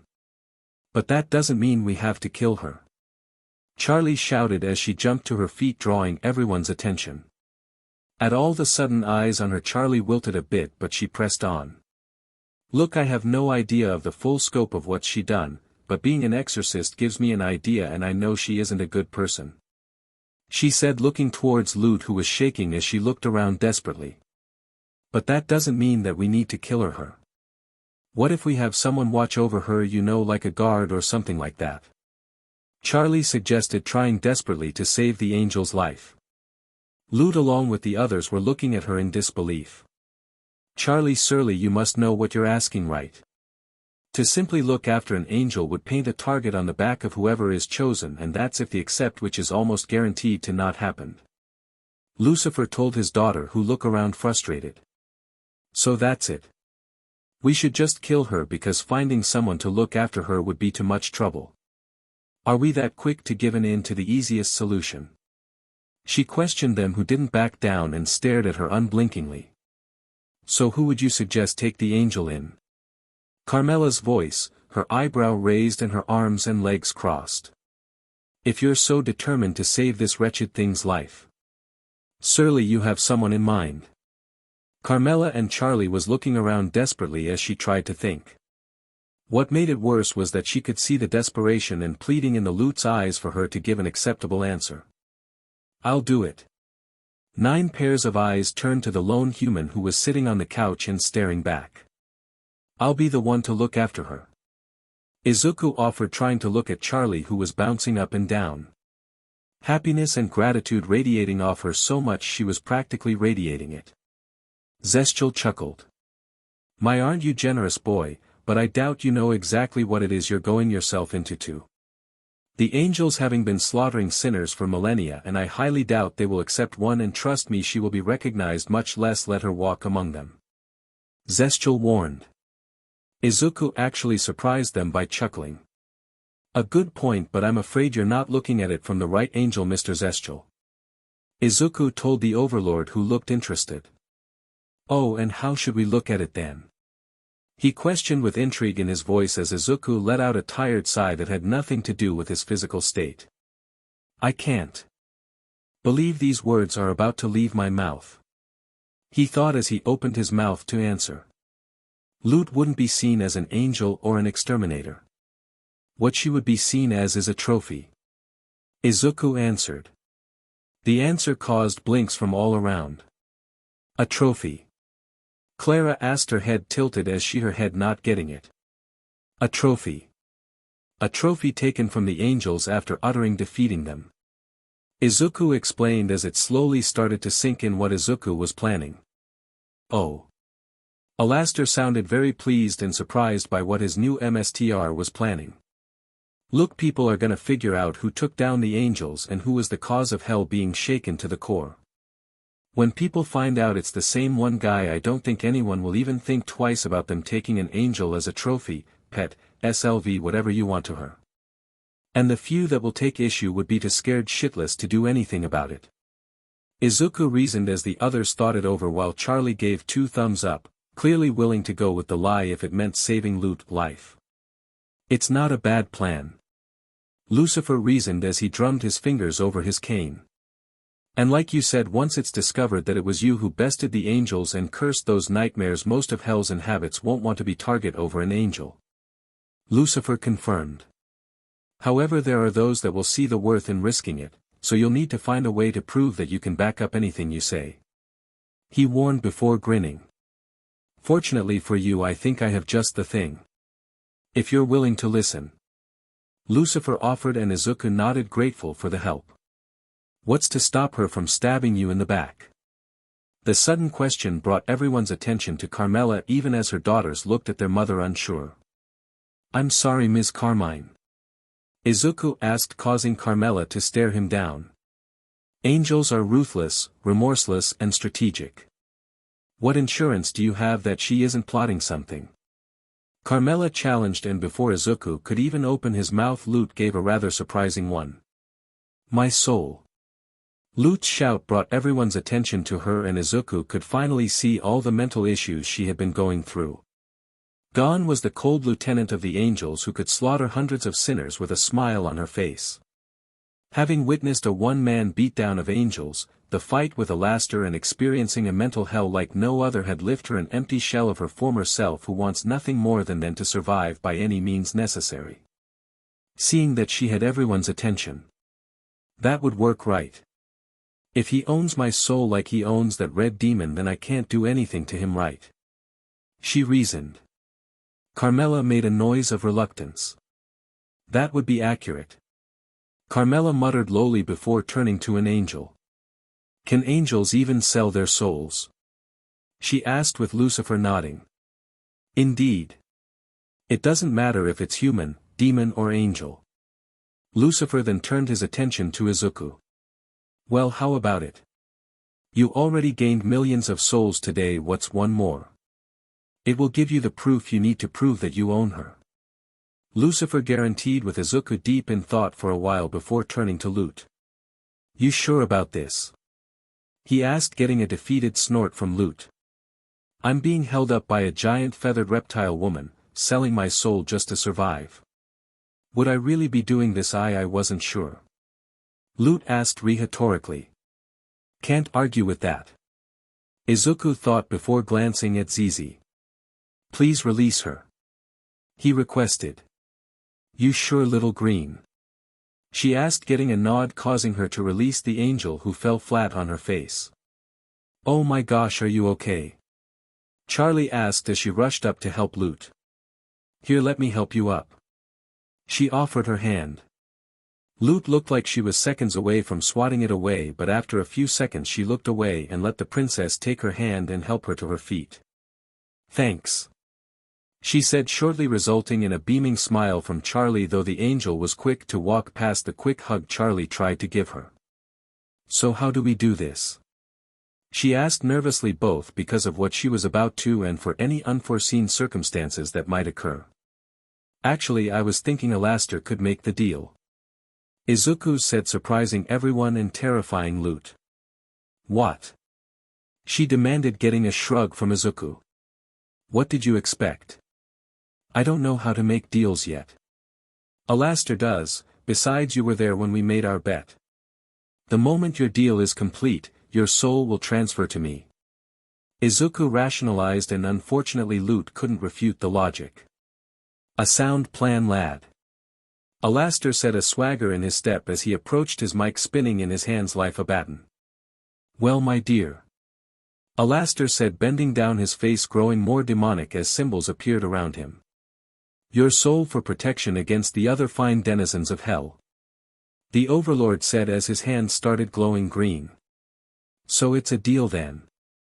Everything instinct in her body was screaming at her to say no and find a way to survive on her own. But her mind knew better, and in her current state of mind and condition she wouldn't survive. So hesitantly and shakily she took Alastor's hand as they literal sealed the deal. A pulse of power blew through the room as a sheet of paper appeared in front of the now fallen angel and appeared to write itself, with Lute's signature appearing at the bottom. Once it was finished, the document flew towards Izuku and circled around him twice as the box that first appeared after defeating Alastor rose from the ground, and opened its lid just long enough for the paper to slip in before sliding back on before sinking back into the ground. Well, that's that. Lucifer muttered as Izuku calmly walked over to Lute. I guess we're working together for now, he said with an unsure smile, causing Lute to grimace as she looked away with a grimace before she followed him back to the coach, where she sat down with her head bowed and her hands in her lap. Well, with that out of the way, Lucifer spoke, his smile returning full force. I believe we owe you an explanation of our wonderful little abyss. From there Izuku was given the full breakdown of the hell he found himself in. From the circles of hell and how each one operated and who lived there, to the different classes that lived her, from the imps, hellhounds, and other hellebore, to the sinners and overlords, to the royalty of the heirs Goetia and 7 deadly sins, to the royal family of Charlie, Lucifer, and Lilith. By the end of it, Izuku had to massage his head to fight off the headache that was forming. Yeah. It's kind of a lot, Charlie said with a sheepishly smile as she patted him on the back. That's an understatement, Izuku muttered. Seriously, from the hellebore being able to go up to this version of Earth as long as they're disguised, to the sinners coming back to life when they die, it was clear things weren't going to be simple or easy for him. Not that they ever were. Alright then, how did the whole extermination thing come to pass? Izuku questioned, and to his surprise Charlie's hand shot up. Oh. I'll take care of this one, Dad, she said before rushing to the shelf and started scanning for a book. Lucifer saw everyone turn to him and have a carefree shrug as if to say, what can you do? Before Charlie found what she was looking for. Here we go, she said as she opened a book called The Story of Hell. Ah, a classic, Zestial said with a smile. It does bring a smile to one's face when they read it, despite the ending, Alastor said, only to get shushed by Charlie. No spoilers, she said in a whispery voice, getting an amused roll of the eyes from the radio demon as Charlie began the story. Pause it at 1:30, ashamed Lucifer lost his will to dream, but Lilith thrived, empowering demon kind with her voice and her songs, and as the numbers of hell so did its power. However, heaven saw this as a threat to the balance between the 3 worlds and made a truly heartless decision. That every year they would send down an army to exterminate to ensure the balance was never threatened. Seeing his beloved's work being threatened, relight a fire in Lucifer's soul and fought back against the extermination. Year after year, saving countless lives. However, unbeknownst to hell, with each extermination Lucifer's power fell and fell, his heavenly power leaving him after each fight with the angels, until finally he was powerless to stop them and had to simply watch his people get slaughtered. However, even as this continued, Lilith's dream continued to live on in her own daughter, Charlie, the Princess of Hell. Charlie finished the story as she wiped unshed tears from her eyes. Izuku glanced towards her, to Lute, who had her head turned. Izuku then turned to Lucifer, who had a somber look on his face. Mr. Morningstar, that's incredible, Izuku said with admiration in voice and respect in his eyes. Lucifer seemed surprised by this before he let out an embarrassed, oh well, thank you, he told the young man. And it's Lucifer to you, my boy, he told Izuku, who gave a nod. So what is the balance? Izuku asked. I mean, it's the cause of the extermination, so why is it so important? He asked. It was surprisingly Lute who answered this question. The balance is the measure of how many souls are in heaven, hell, and earth at any given time. When one of the three gets too big, the numbers have to be lowered. Earth is the most complicated as we try and split the number of souls going to heaven and hell on the ones we have chosen to kill. Hell goes through the extermination and heaven reincarnates the souls that has lived there for eons back onto Earth. Lute explained with Lucifer nodding. I was against killing sinners, so I tried to force heaven to find another option, though I made sure to limit the number of angels so as to not upset it anymore. Though one or two did force my hand. Lucifer said with a dark look on his face before his smile returned. And I think that's where you can help me, my boy. Lucifer told Izuku, who looked interested. Oh, and how can I help you? Izuku asked with Lucifer giving a smile. I want to defend hell against the exorcist. Lucifer told the younger man. Lucifer. Carmela asked with a concerned look, causing him to look at her. Why so surprised, Carmela? He was able to hold them back with little to no issue. Why shouldn't I offer him the job? Maybe he can do what I couldn't and force heaven to change their mind and their methods. Lucifer told her. An interesting idea. Old friend, though it could result in retaliation from heaven if the boy takes it too far. Zestial warned with Lucifer's smirk not diminishing in the slightest. Oh, I'm aware, but judging from what I witnessed during their little exchange, I'm not worried about those pigeons losing their lives. Lucifer told him before turning to Lute. What do you say? Think any of your sisters are in danger of being wiped out? He asked, and Lute looked a little concerned at the question before letting out a sigh. No. Not unless they push their luck, and by that point it's on them. She said, giving a tired sigh.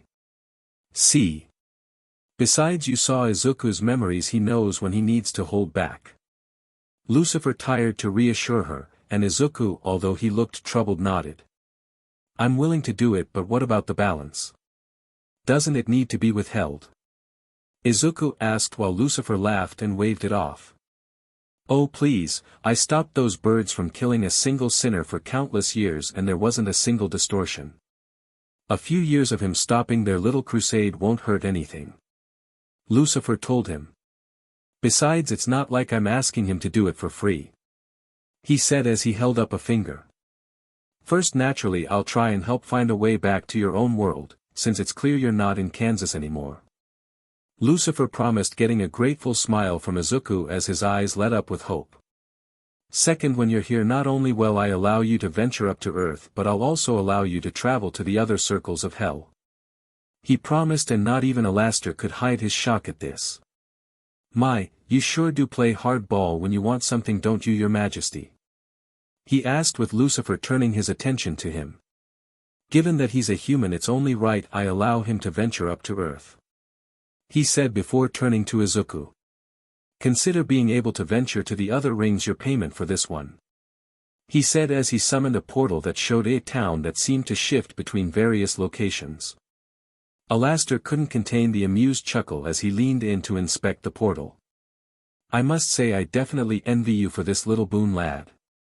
Alastor admitted as he extended his hand. What I wouldn't give to be able to see the other rings. But sadly that just won't happen. For the first time in decades, words failed Alastor as instead of his hand hitting a barrier, it passed through like nothing happened. Lucifer, Charlie, and each of the sinners were staring mouths aghast at the sight. Even the normally composed Zestial and Carmela were gaping at the sight, demeanor completely forgotten. Holy SHT, Zetsi muttered, her tail going back and forth quickly while Odette was mumbling a mile a minute and were writing notes just as quickly as Clara was debating stabbing it with her spear. Finally Zestial's curiosity got the best of him, and slowly and cautiously he approached the portal and gently put his hand out. Ping! Only to hit a barrier in a similar manner to a hand touching a window. The ancient Overlord looked from his hand to Alastor, who still seemed to be frozen, though a small sound of static that was steadily getting louder could be heard as a few symbols had began to circle around him. Zetsi and Carmela shared a look before getting up and placing their hands out towards the portal, only to hit the barrier just as Zestial's did. Ah, Dad. Any ideas? Charlie asked at a complete loss while Lucifer could only shrug. I'm just as lost as you are, Charlie. He admitted before an idea formed. Izuku, could you please try sticking his hand through the portal? He asked, and Izuku nodded and approached the portal. However, instead of hitting a barrier, his arm passed right through it. Lucifer nodded as if he was expecting this. Thought so. It would seem that since Izuku isn't a sinner, the barrier won't stop him. As for the radio demon, well, the best I can figure is that since his soul belongs to Izuku, he and everyone else whose souls are now in Izuku's possession can travel through the rings. Lucifer theorized, and this snapped Alastor back to reality. Well, looks like there's a silver lining to this little situation after all. Alastor thought, a giant grin on his face as he was already going over a mental list he had been writing that he had been making since he first manifested in hell. Things I'll do if I can get to the other rings. Well, in any case, let's just change the deal to letting you and any of your let's call them subordinates access to the other rings. Lucifer told the team before grinning. As for the third, I'm going to offer you some land. Lucifer said, his smirk twitching in anticipation. Charlie was grinning. That's great, Dad, giving him a place to live. What are you giving him? She asked, and Lucifer gave her the biggest winning smile she had ever seen. The asylum. Izuku knew something was wrong the moment Lucifer uttered these words, as Charlie froze with a strange smile on her face, while Alastor's smile was nearly splitting his face as radio static seemed to resonate around the room. Zestial just chuckled as he summoned a cup of tea, while Carmela actually glared. Have you lost your mind, Lucifer? Offering him something like that? You know that's nothing more than an empty gesture at best. She scolded him, with Lucifer's smirk not dimming in the slightest. That's only if he can't hold it. Lucifer countered before he tilted his head as he looked towards Izuku. And I believe he can. Lucifer bet, and Izuku felt his cheeks warm up a little at the encouragement. Well, what is the asylum anyway? Izuku asked, and there was a groan from Carmela. The asylum is an island in the middle of the Cocytus River. The island is actually a city designed to house the worst of the worst hell has to offer, from hellborn to sinners. All would be trapped behind those walls. Lucifer explained, though that left Izuku more confused.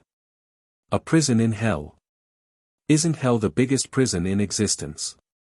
Izuku said, with Lucifer raising his hand. I know how it sounds, but trust me. A couple years here and you'll see why I thought we needed it. Lucifer promised before rubbing the back of his head sheepishly. And it was actually my job to be the warden of the place, but one thing led to another. He said before Alastor cut in. He got so sidetracked with his other interests and hobbies that the city fell to anarchy. Alastor told Izuku while Lucifer turned to glare. What? The radio demon questioned with a lazy grin. If I had let you continue, there's a chance we would have been waiting all day. Alastor reasoned, and Lucifer huffed. Anyway. The city was actually once part of Pentagram City. But with a little use of magic and some slicing and dicing, the city was separated and the asylum was formed. And what a piece it was. The amusement park, Hell's Natural History Museum, the Grand Theater, the Spectacular Wonder Tower. Oh, that tower. Alastor sighed, and Carmela joined in. There was a steel mill. I was looking to purchase. It would have helped drastically with my business. She explained. Business? Izuku questioned. I'm the top weapons dealer in hell. She told the human, while leaving out exactly what kind of weapons she made, since loot was currently in the room. Okay, so what happened? Why is claiming it such a big deal? Izuku asked, with Zestial answering. Simple, young one, because everyone wants it. It's in essence a massive fortress that has no blind spots and plenty of astonishing recourses within it. Souls have been fighting over it for centuries, and it was only a few decades ago that a kinda of truce was formed. Indeed. Alastor nodded. No one shall try and claim the asylum lest all others join forces to destroy them. There's also the fact that there's pretty much no one that has the manpower to keep it defended. The radio demon finished before his head twisted until it was almost upside down. Until now, that is. He laughed as he glanced unblinking at his new MSTR. Indeed, thanks to those powers of yours, you should be able to call in more than enough help to keep that place in and guarded. Lucifer theorized, and Izuku knew they weren't wrong. Between the fruits that focused sorely on summoning, such as the soul fruit, spawn fruit, and the summon fruit, or fruits that's powers included summoning or creating life, Izuku and more than enough help to help run and guard the city. So what should I be expecting if I do this? Every overlord and wannabe powerhouse coming at me? Izuku questioned, wanting to know exactly what he was in for. Lucifer did a so-so motion with his hand. Kinda, I'm sure you'll have plenty of enemies, but some will just be content to observe for now. Hell, some might not even care. Here he raised a hand. Like those gathered here, for example. He said, and Izuku looked towards each overlord, and none of them seemed that bothered by the idea, though Carmela looked like she wanted to say something, and Izuku had a good idea what. Putting. That aside for the moment though, Izuku moved on. Alright, who else wouldn't care that much? Izuku asked with Alastor humming. My old friend Bendy certainly wouldn't. He's content in that little studio of his. Nor will Rosie. She's content with her place in Cannibal Town. Joy and Misery as well as Songbird wouldn't mind that much. Honestly, if you offered to let them perform regularly in the theater, you could probably get your help. Zizi laughed, remembering the two performers Beeching and MMM for years after losing that theater. A colleague of mine would probably go up against you, Burley, because he's bored. Zestial laughed, and Carmela sighed as she rested her hand on her head. I wouldn't put it past Black Hat to do something like that. She muttered. Honestly, there would only be 3 overlords that will go after you immediately, and trust me. Alastor said as a BLD thirsty smirk came to his face. Those fools are nothing to worry about. He promised as his features became demonic for a few seconds before reverting back to normal. So what do you say? Feel like fighting against a massive horde and make your claim in hell? Lucifer questioned before adding on. Not to mention this can be your showing off your little pet and why nobody should F with her. Lucifer added, and Lute did perk up on it. As much SHT I'm in, it would be nice to have that out the way. She thought. Yeah, and Odette and I could record the whole thing from Wonder Tower. Clara offered, and while Odette turned to her with a raised eyebrow, she didn't object. Carmela was another story, however. You'll do no such thing, you two. She ordered. I will not allow you to endanger yourselves over a meaningless stunt. She denied as Clara groaned. You're being ridiculous, Mom. It's not like we'd be fighting ourselves, despite how much fun it sounds. Clara muttered the last bit under her breath, but Carmela still heard it if her narrowed eyes was any indication. Laughing nervously, Clara was quick to continue. We'd stay in Wonder Tower the entire town, and if things got too hectic we could always retreat like you taught us. Shouldn't be that hard to get across the bridge undetected in all that chaos. Claire tired to reason with her mother. It would be a valuable research opportunity, Mother. Odette added, with Carmela still looking unsure before her glare hardened and she turned towards Izuku. Can you ensure my girls will come out of this alive, hero? She asked, putting heavy emphasis on the final word. Izuku stared back, his eyes locked on to hers. I guard them with my life, and I have just the personal bodyguards in mind to protect them when I'm not around. Izuku promised, and after a few seconds Carmela stood. Contact me when you know you're going to pull off this little stunt. I'll ensure my girls are ready. Carmela promised, and Clara pumped her fist in victory. I will. Izuku nodded, and just as Carmela began to head for the door, however, moments before she could open the doors, he spoke again. And Ms. Carmine. He called, getting his attention. Maybe after everything we can have a meeting about leasing out part of the steel mill for your business. Izuku offered, and for a moment Carmela was stunned before a small smile came to her lips. That would be acceptable. She agreed, getting a grin and nod from Izuku as he watched her leave. And hero. She spoke this time with a grin. Pull this off and it's Carmela to you. Izuku immediately went scarlet and let out a squeak before managing out a yes. Thank you Ms. Carmine. With a soft chuckle Carmela turned and left the room with Odette giving small nod and Clara grinning and waving as they followed their mother out. After they were gone Izuku noticed the expressions of the men in the room glancing at him with knowing and amused smirks. Don't start. Please. He begged with resulted in laughter from the men while Zizi was grinning as she scratched her chin. So that's the way she wants to play it huh? She thought with a mental chuckle. Call her crazy but considering how she just saw the almost all of the guy's life Zizi could say she was more than a little interested. And having it be a little contest with Carmela Carmine just makes it more interesting. She thought before glancing over a pouting Charlie. And it looks like there might be more challengers along the way. She cackled in her head. Oh this was going to be fun. As for Charlie she was pouting. She knew she was already crushing on Izuku but she couldn't help it. She saw his memories and was love-struck. He was kind, supportive, loyal, fierce and was willing to do anything it took to protect his loved ones. Everything she wanted in a partner was right in front of her. And she couldn't even say she had no obstacles.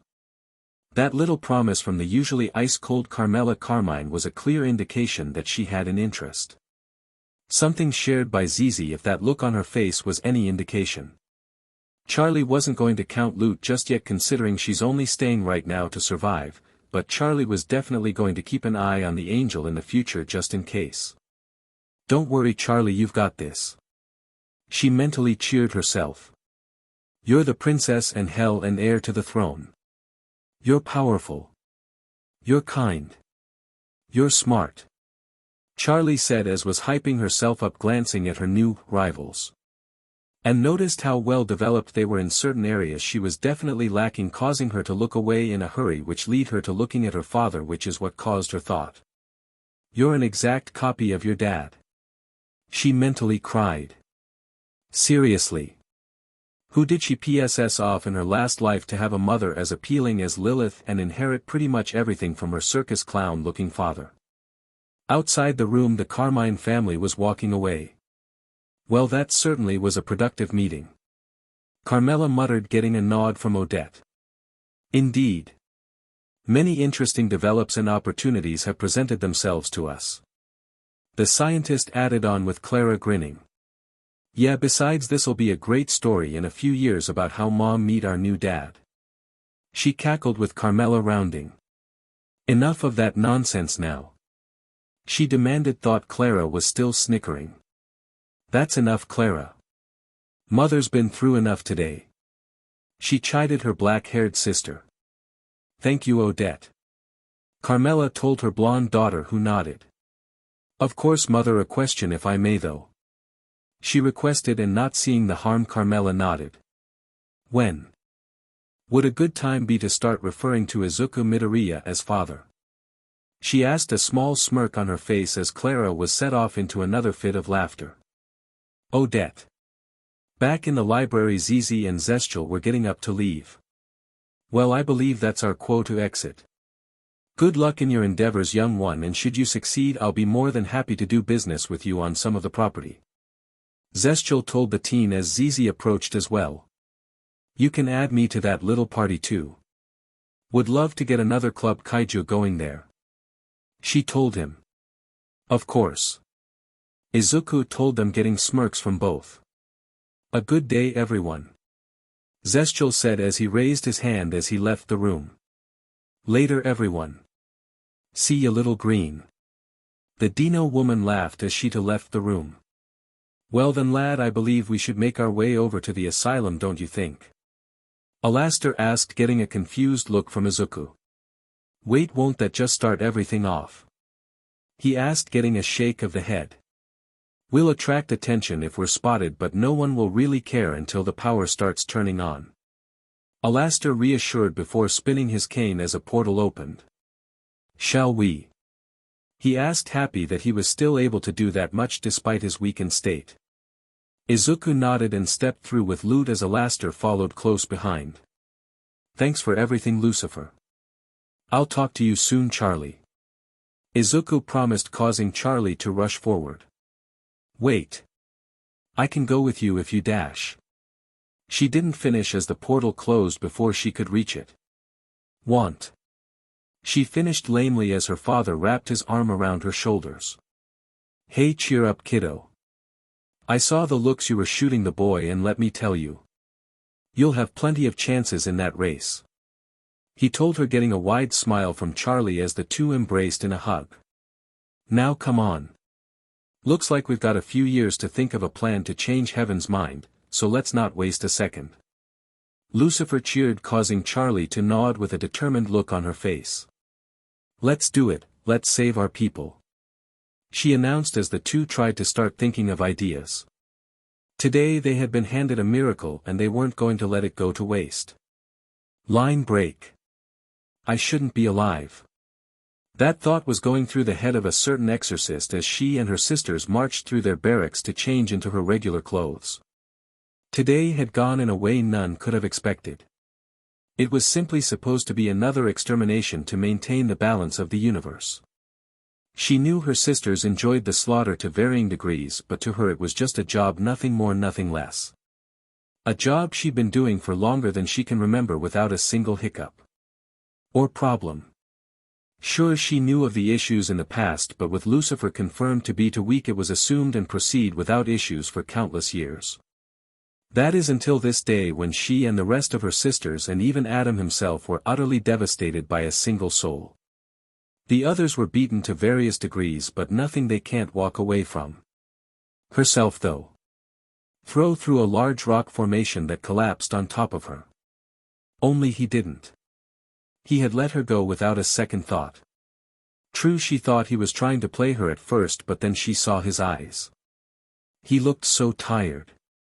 She finally came up with the right word to fit the look. The enemy looked like he had been pushing himself too hard for too long and wanted nothing more than to rest. Maybe that's why she was left alive. He just couldn't be bothered anymore. She tired to think, only to groan, "Damn it, why am I thinking about this so hard?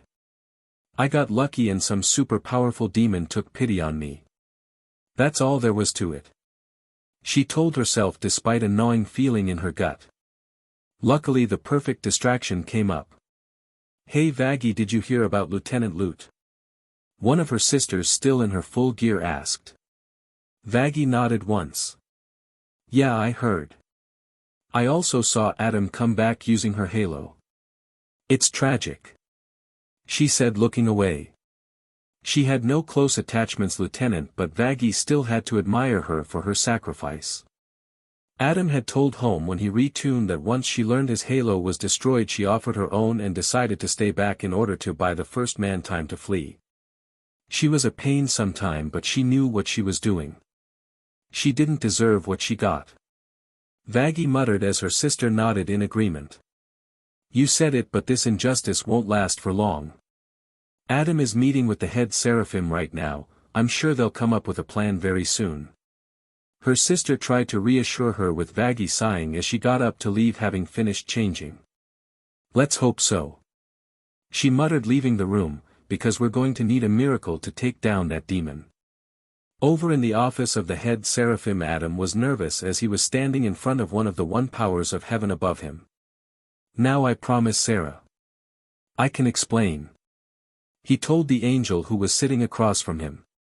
"There's no need to explain yourself, Adam. The other exorcist had already filled me in. A demon capable of fighting and injuring angels. Something unheard of since Lucifer's time," Sarah said, sounding both frustrated and concerned. "Right, that's why the portal opened up early this year," Adam said, causing Sarah to breathe through her noise. "As troubling as that is, I have discovered something more dangerous. Something that could threaten the lives of everyone," Sarah explained, and Adam couldn't help the eye roll that escaped. "Let me guess, it's also a threat to your precious balance," he mocked, getting a severe glare from Sarah. "Do not joke about that," she warned as they flashed into a medical wing. "What we found was a tear in reality. One that gives off an intense and unique energy, the likes of which we have never seen," Sarah explained. "Yeah. And did you find anything else?" Adam asked. "We did find something. A young man, Human by the looks of it. Sarah told the first man who couldn't belie his ears. Wait. Back up AF minute. There's a live F human in heaven. Adam demanded. Indeed, we can't identify him yet, but once he wakes up and we get his name we can start helping him as he helps us. Sarah explained her plan. And how do you know this chump will help? Adam asked, and Sarah gave a confident smile. Because he's in heaven, meaning he must be a kind soul. She reasoned simply, and Adam gave a shrug, made sense to him. So where is this guy anyway? He asked as they steeping rough a door. He was incredibly damaged when he was brought here. Hopefully he'll get better soon. Sarah said, her hands clasped tougher as if in prayer, as the two high-ranking angels glanced at the unconscious form of one Bakugo Katsuki. Line break, well, it's not as bad as I was expecting. Izuku muttered as he looked around the square Alastor had teleported them into. It was still bad. Years of fighting and degeneration left the asylum in serious need of repair. From rusted metal to plants starting to grow over the buildings which had started to crumble. Indeed, it's going to take a lot of work, but I believe we can make the old girl glow brightly again. Alastor said, raising his fist in the air as if giving a mighty speech. Let's hope so. Lute muttered under her breath, looking around skeptically. Don't fret, my dear, once we take care of those who will want to challenge us we can focus on repairs. Alastor reassured her. Included this old girl. He said as he used his cane to gesture to what could only be Wonder Tower. And Izuku could see why Alastor seemed to like it. It reached high in the air, so much so that it seemed to be able to look over the entire island, and from the looks of it seemed to have a radio antenna strapped to the top. Ah, to broadcast my show to the denizens of hell from atop that tower. Ah, what an experience. He said wistfully, and Izuku raised his eyebrow. You know, you can have it if you want. There was a record scratch and Alastor's head snapped to look towards Izuku, who rolled his eyes. If you're so obsessed with that tower you can have it. Not like I have any use for it.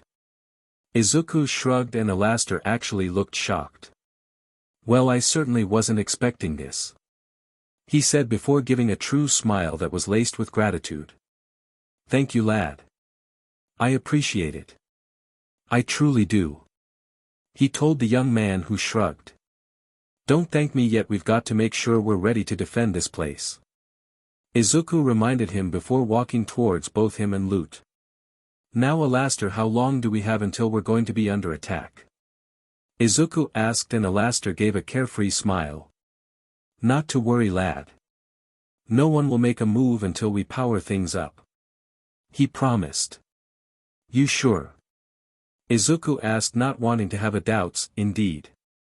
If they make a move before they're certain and can prove it, it'll seem like they're the ones trying to claim it, meaning all of Pride will turn against them. Alastor reassured as Izuku get out a sigh of relief. That's a relief. Izuku muttered before looking at the angel and demon. Now both of you stick out your hands, I'll be giving you an upgrade. Izuku told the two, who looked surprised.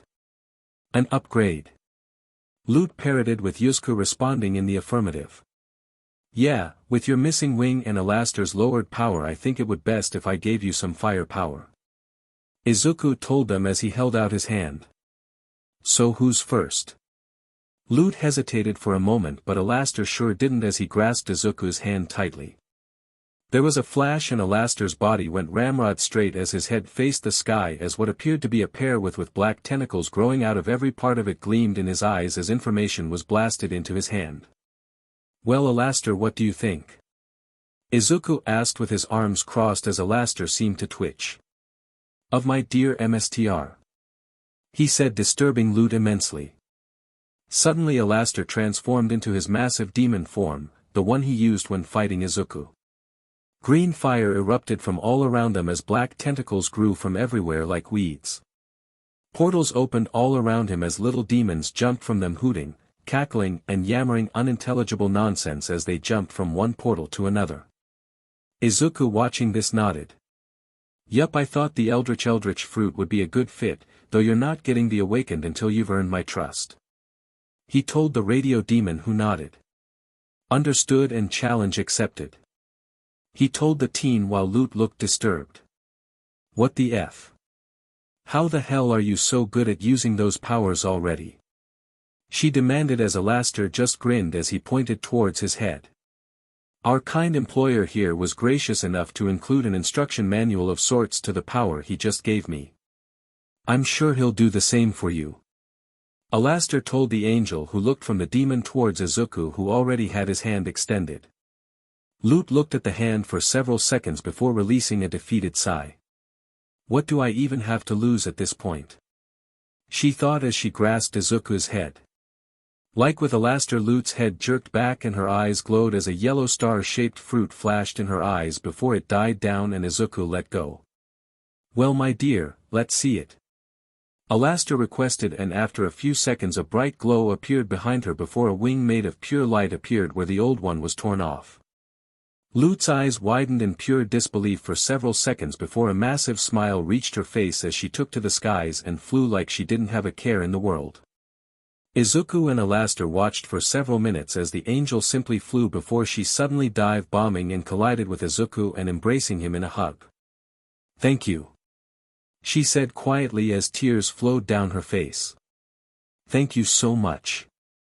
She said as her grip on him tightened. Izuku only response. Oh course what are friends for? Besides I knew you'd be a perfect match for the glint fruit. Izuku said before reaching down and taking her sword. That being said maybe we can give this a rest. Knowing that these sinners will come back take a massive load of my mind but this makes me nervous. Izuku admitted as he gestured to the sword. Lute nodded accepting the answer getting Izuku to breathe a sigh of relief. Thank you, we'll get you another blade later. He promised already having an idea of what he wanted her to have. But for now we need to start planning. That means setting traps, finding the best vantage points and ambush spots and deciding which of my summons would be the best for this situation. I've already gotten a few ideas but I need to map everything out first. Lute again nodded, her years of military training surfacing as Alastor scratched his chin. I believe I can offer some assistance on the support front. Alastor said. Oh, you know people who can help? Izuku asked and Alastor nodded. Indeed I do and the best part is already under contract with you. He said with a winning smile and Izuku rolled his eyes. Of course that's how he knows him, so how do I call them? Izuku said as Alastor summoned a piece of papers and began writing on it. Simply focus on these names and they'll arrive. He promised as Izuku looked at the paper.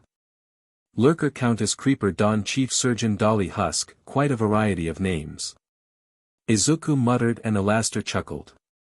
Wait until you meet them. He said. Now simply focus on those names and image them arriving here. Alastor instructed and Izuku nodded. At first nothing but after a few seconds he could feel several tugs like several strings were connected to his fingers. Good, now reel them in.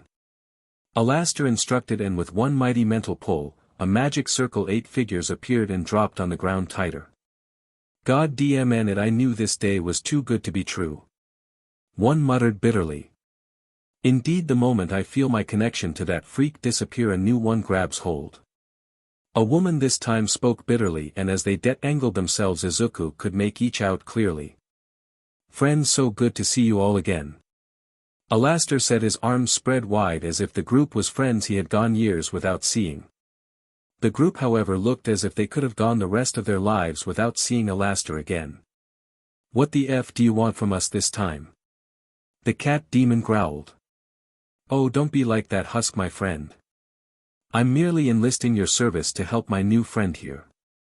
Alastor said as he wrapped his arm around Izuku's shoulder. Your friend, eh?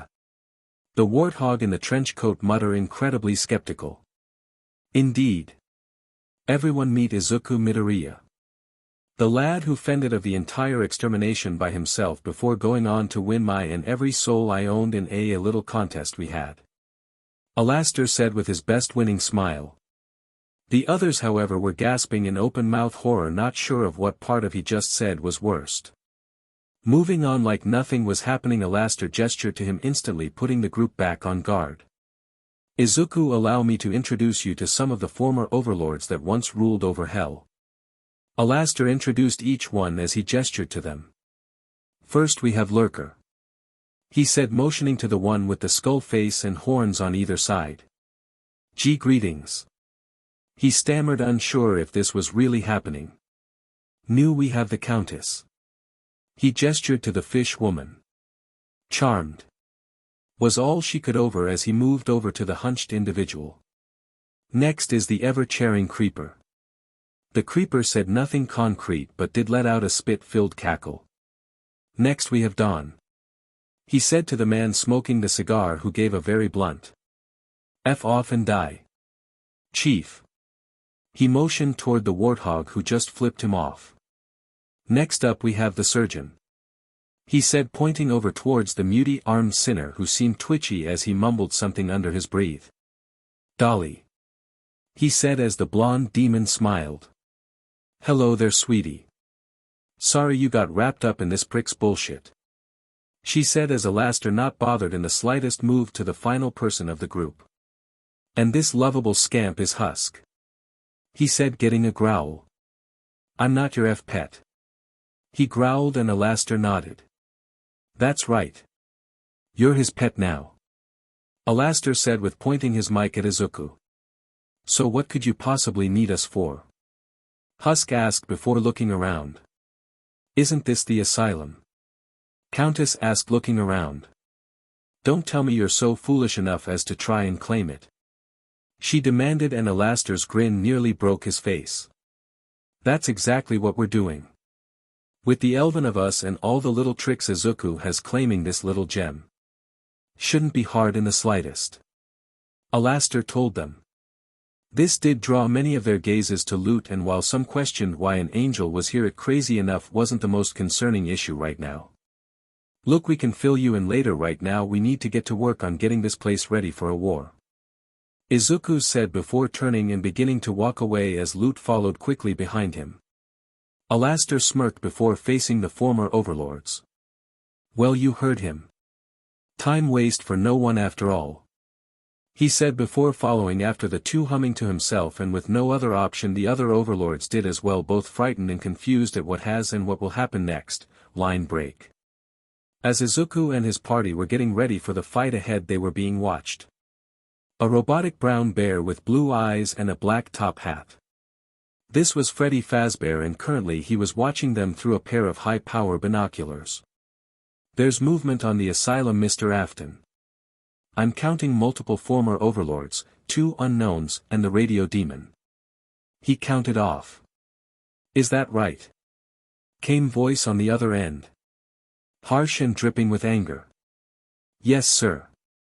I can see him clearly, Freddy confirmed, causing Mr. Afton to clutch his fist in rage. This was William Afton, Overlord of Hell and owner of the ultra-popular Freddy Fazbear pizzeria chain. Currently he was sitting in his main office inside his headquarters, the Freddy Fazbear Mega Pizzaplex. After a few seconds of silence he finally spoke. Keep an eye on them as long as you can. Whenever that radio prick is up to something, you know it means nothing good. Willem ordered and didn't wait for the confirmation before hanging up and slamming his hands on his desk. SHT, he roared as he slammed his fist on the desk several times. SHT, SHT, SHT, he roared with every strike. What the F does that clown want with the asylum? He yelled to no one, having never even heard of the radio demon getting close to the place until now. Taking a few deep breaths he managed to calm himself down. I can't handle this alone, he muttered as he admitted this to himself. Luckily I didn't have to, he muttered as he turned on the video chat app on his computer and dialed the number, with it being picked up a few seconds later. Why, little Willem, to what do we owe the pleasure? The one who picked up seemed to buzz with a southern accent as the Overlord came face to face with 2 other sinners. The first was a tall and slim-figured, technology-themed demon who stands at approximately 7 feet. He sports a flat-screen television for a head, with the monitor projecting eyes with red sclera, small cyan pupils and different colored outlines, black for his right and cyan for his left. The screen also shows a mouth full of sharp, cyan-colored teeth and a long pointed tongue. He appears to have dark navy blue skin with sharp, cyan claw-like fingers. He wears a navy blue tuxedo with the jacket sporting coattails, red-trimmed cyan lapels, thin cyan stripes and cyan lining, worn over a red and black striped waistcoat which itself is worn over a collared bluish-white shirt with an upside-down broadcast symbol and a rather large, red bow tie. He also wears heeled dark gray dress shoes with cyan-colored laces, toes, and tips on the heels. He also wears a black top hat on his head, with red and blue designs reminiscent of a broadcast symbol and radio wave symbol, respectively. He has TV antennae that stick out the top of the hat, the right one bent into a zigzag. This was Vox. The second figure was a tall, slender moth demon with grayish-lavender skin and cerise pink eyes, over which he is always depicted wearing gold-rimmed, heart-shaped sunglasses with cerise pink lenses. His mouth full of sharp, cerise pink-colored teeth, with a single golden fang that sits to his far left of center, a feature he shares with his employee. He also has a long, pointed, cerise tongue that often spews thick caramel-like cerise-colored saliva. His stature is tall, estimated to be around 10 feet, which he emphasizes with long black-heeled boots. He has fluffy white fur with small red love hearts around his neck that plumes up from his coat's break line. He is bald with moth-like antennae, the right appearing like a large white with black heart-striped feather while the left appears smaller and lacking the white areas. He has an extra set of arms just above his hips. His hands and forearms are black. He has a pair of large vivid red moth wings that features white with black striped fur around the edges, while the interior is darker colored with several heart designs. These wings are usually wrapped around his body to form a floor-length coat with white fur at the wrists, as well as black and white striped fur trimmed down the center front to the bottom hem and 3 white stripes on both hips. This coat is pinned with a gold chain and gold love heart-shaped brooch fastenings at the BRST. He has dark purple, heart-shaped nipples that are seen with gold piercings and a chain hung from them. The sinner wears a vivid red top hat that has a wide, asymmetrical zebra print hatband. Under his coat he wears a dark gray jacket that shows his chest, held together with 2 gold buttons, and with the sleeves rolled up, alongside white pants with a black belt that has a golden love heart-shaped buckle, and a pair of high-heeled black shoes. He accessorizes with a gold chain hung down to his chest, gold arm bands, each hand having 1 gold ring. And sometimes gold nail guards on his fingers. This was Valentino, another overlord and tougher with his partner and on-and-off-again boyfriend Vox. The two were a formidable force. Bad news, I'm afraid. Willem muttered, only for Vox to snort. Yeah, no SHT. After the angels fucked off and those weird visions hit, everyone decided to say F it and take the day off work. He growled, his voice becoming demonic. Indeed. My property should know better than that by now. It would seem I need to educate them further on where they belong. Valentino muttered, his eyes narrowed as his voice held a dangerous tone. It's worse than that. William growled. My men have spotted the radio demon skulking about in the asylum.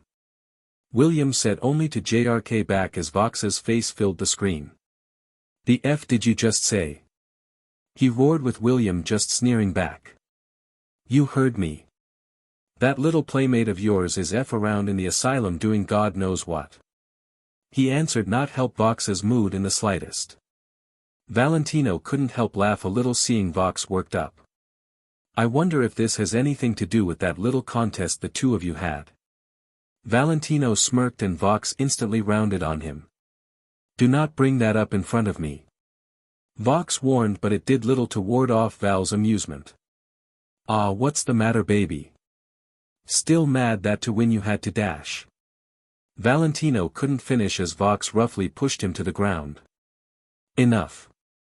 We need to figure out what to do about the radio BSTRD. Vox snarled. Oh, relax, Voxy. Val chuckled as he stood up and dusted himself off. He laughed at when Vox played rough. We simply do what we always do in this situation. Val smirked, we send our merchandise to get rid of them. Vox released a deep sigh as he calmed himself down. "You're right," he muttered. "Afton, keep your eyes on them and alert us the moment the lights turn on," Vox told the purple man. "Alastor isn't alone," he warned. "He's got a few former overlords with him and 2 unknowns." He told the TV demon, who waved it off. "No big deal, just a few has-beens and some brats who will go running the moment Alastor goes down," Vox said, though William looking unsure. "If you're sure," he muttered. "I'll be in touch," he said as the call ended and Vox walked to the window and peered out and stared into the distance where he could just make out the asylum. "This time Alastor," Vox hissed. "This time I'll claim victory in a way not even you can argue against." Line break. "Alright, it's time, is everyone ready?"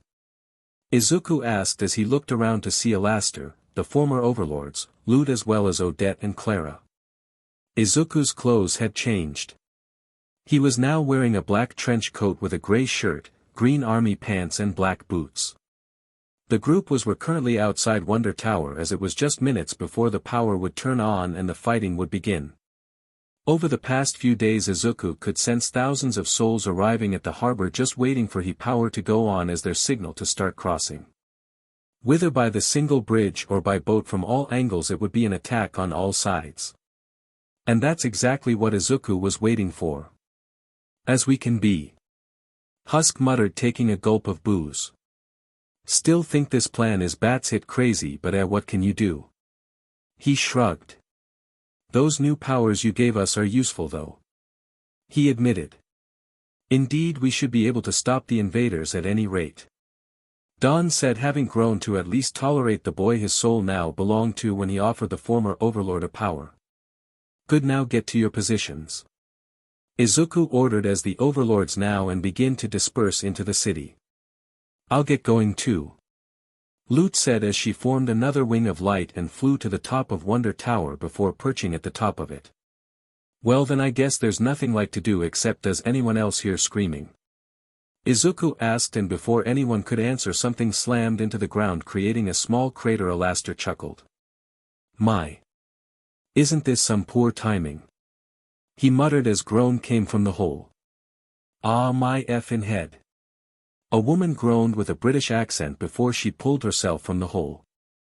She sported a doll-like appearance with longing and burgundy hair with a white streak on her bangs. Her pigtails are noticeably Messier in appearance, and it has been held by black and white frilled hair ties. On the lower part of her eyes, she appears to wear white dripping clown eyeliner with a white strp across her eyes. In addition to her clothing, she sports a pimped-out, tea-length dress that is colored in white, black and longing.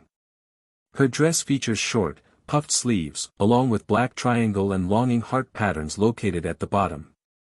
Her fingerless gloves appear to be longer, and they are instead longing and white striped. She also wore black tights and longing flats with white palms on top. It's her pilot appearance. I was running out of picture space and need them for something else. "You okay?" Izuku asked as he extended his hand, which she took. "Yeah." She groaned as she rubbed her head. "Thanks, love. I don't know what happened, but I dash." She trailed off as she stared at Izuku as a small blush appeared on her face before a smirk came to her face. "Well, aren't you a cutie? Name's Velvet Hun, you doing something tonight?" she asked, and Izuku wasn't quite sure how to answer that question. "Oh, there will be time for you and Izuku to get to know each other later, my dear. But he has a little task to focus on right now," Alastor said with Velvet raising an eyebrow at his appearance. "Sorry, but what's with the look you're sporting?" she asked before holding out her fingers and forming a box. "I mean, it works, but it seems a little out of place," she muttered before turning and seeing Odette and Clara. "What, the city having some kind of early Halloween party or something?" Alastor chuckled. "Oh, I'm sure Odette and Clara would be more than happy to fill you in," he reassured Velvet before dressing the Carmine sisters. "Wouldn't you girls?" he asked, and Odette shook her head. "We don't mind," she confirmed, and Clara grinned. "Be a pleasure." she said, barely being able to wait when the newbie gets told she's in hell. Thanks, girls. You know where your guards are upstairs waiting? He asked, getting nods. Good, if something happens just call me. Izuku told them as he brought out his new hell phone. Charlie got him with her number being the first in his contact list as well as his first emergency contact. Odette and Clara nodded, showing they understood as they turned to enter the tower. See you later, Izu. Velvet waved before following after them. Seeing them enter the tower, Izuku sighed as he reached into his pocket and brought out his bandana and tied it around his head. All right then, he said to himself while pulling the bandana tight as Alastor smirked as he teleported to his starting position. Let's get to work. Using the warp fruit, he appeared instantly at the edge of the island. Looking around, he could see dozens of ships in the distance, all docked and ready to go. A sight that was happening all around the island. Sorry everyone, he smirked as he placed his land in the water. But it's not going to be that easy. Now Ice Age. Instantly the water began to freeze over, quickly spreading first to the other shore before it spread until the entire lake was frozen over. Izuku could already hear the screams of shock and fear coming from the other side, getting a chuckle out of him. Well, that's our cue, Izuku said before shooting a bolt of lightning into the air. Creeper, who had been standing by the main power SWCH, saw this and crackled insanely. Let it begin, he hollered, throwing the SWCH. It was as if it was a beast was awakening. Groans and other creaks could be heard throughout the city, but eventually the city came back to the life. From the lights flickering on, the subways starting to run, and even the amusement park started to life again. Back on the mainland, William glared. That's your cue. Get those F-airs off the island, he roared as the trucks crossed the bridge, each one with trailers filled with either weapons or demons, as the ones who were planning to cross the river was starting to cross on foot. Iche looked at those losers. One demon from the passenger side of a truck laughed as he watched the demons on the ice run. By the time they get across, all the fighting will be over, he predicted as the driver smirked. You can say that again. The two shared a laugh that continued until about halfway across the bridge. Boom boom boom, 5 explosions, 5 destroyed trucks and fiery heaps that forced the rest of the convey to hit the brakes. What the F was that? The passenger demon shouted. How should I know? The driver shouted back as he tried to see through the smoke. Finally it cleared just enough for him to glimpse through, and what he saw had his jaw drop. What the F, who the are they? The passenger said. How the F should I know, but what I do know is that we might need to turn around. The driver muttered, only getting a snort from the passenger. Please, what could those big, brain-dead buffoons possibly dash? He was able to finish as they along with the trunk went up in an explosion. The cause was a beam of light from one of the men's palms before he and the others started targeting other trucks. As Izuku saw the explosions, Izuku smirked. Feels good to finally let the pacifista out after years of staying in storage, Izuku thought before his tune to the frozen lake. Your turn, Hydros, he whispered. On the ice multiple demons panted as they ran. Serves those pieces of SHT right. One of the demons panted as he heard various taunts coming from the bridge. Just shut up and run, his friend muttered as both turned their attention back to running. Turn back. The demons blinked, but before looking around. You hear something? The first demon asked, getting a shrug from the second. Must have just been the wind, he muttered. Turn back. Now I know I heard that. The first demon shouted, looking around wildly and see many other demons doing the same. Yeah, me too. But where's it coming from? His friend questioned as the voice seemed to come from all around. Turn back. The voice was shouting now, and everyone could now hear its loud scratchy tone. Oh yeah. You want us gone? Then come out and make us. The first demon shouted. Yeah, try us, Beach, the second added on as many other demons started to shout in agent. The voice cackled, not helped at all by the same scratchy tone. Very well. It agreed, and a moment later the entire ice block started to shake. The hell's going on now? The first demon shouted. Don't know, but whatever it is can't be good. The second finished with a squeak as he and everyone else stared on in horror as a giant that towered over most buildings made of ice formed in front of them. The ice titan smirked at seeing the horrified looks on its soon-to-be victims' faces. Since you didn't leave, you freeze. It roared, unleashing a massive blast of ice that froze countless demon soils and sent many more running for their lives, causing the titan to laugh as it started its new game. Alastor watched all of this from the rooftop.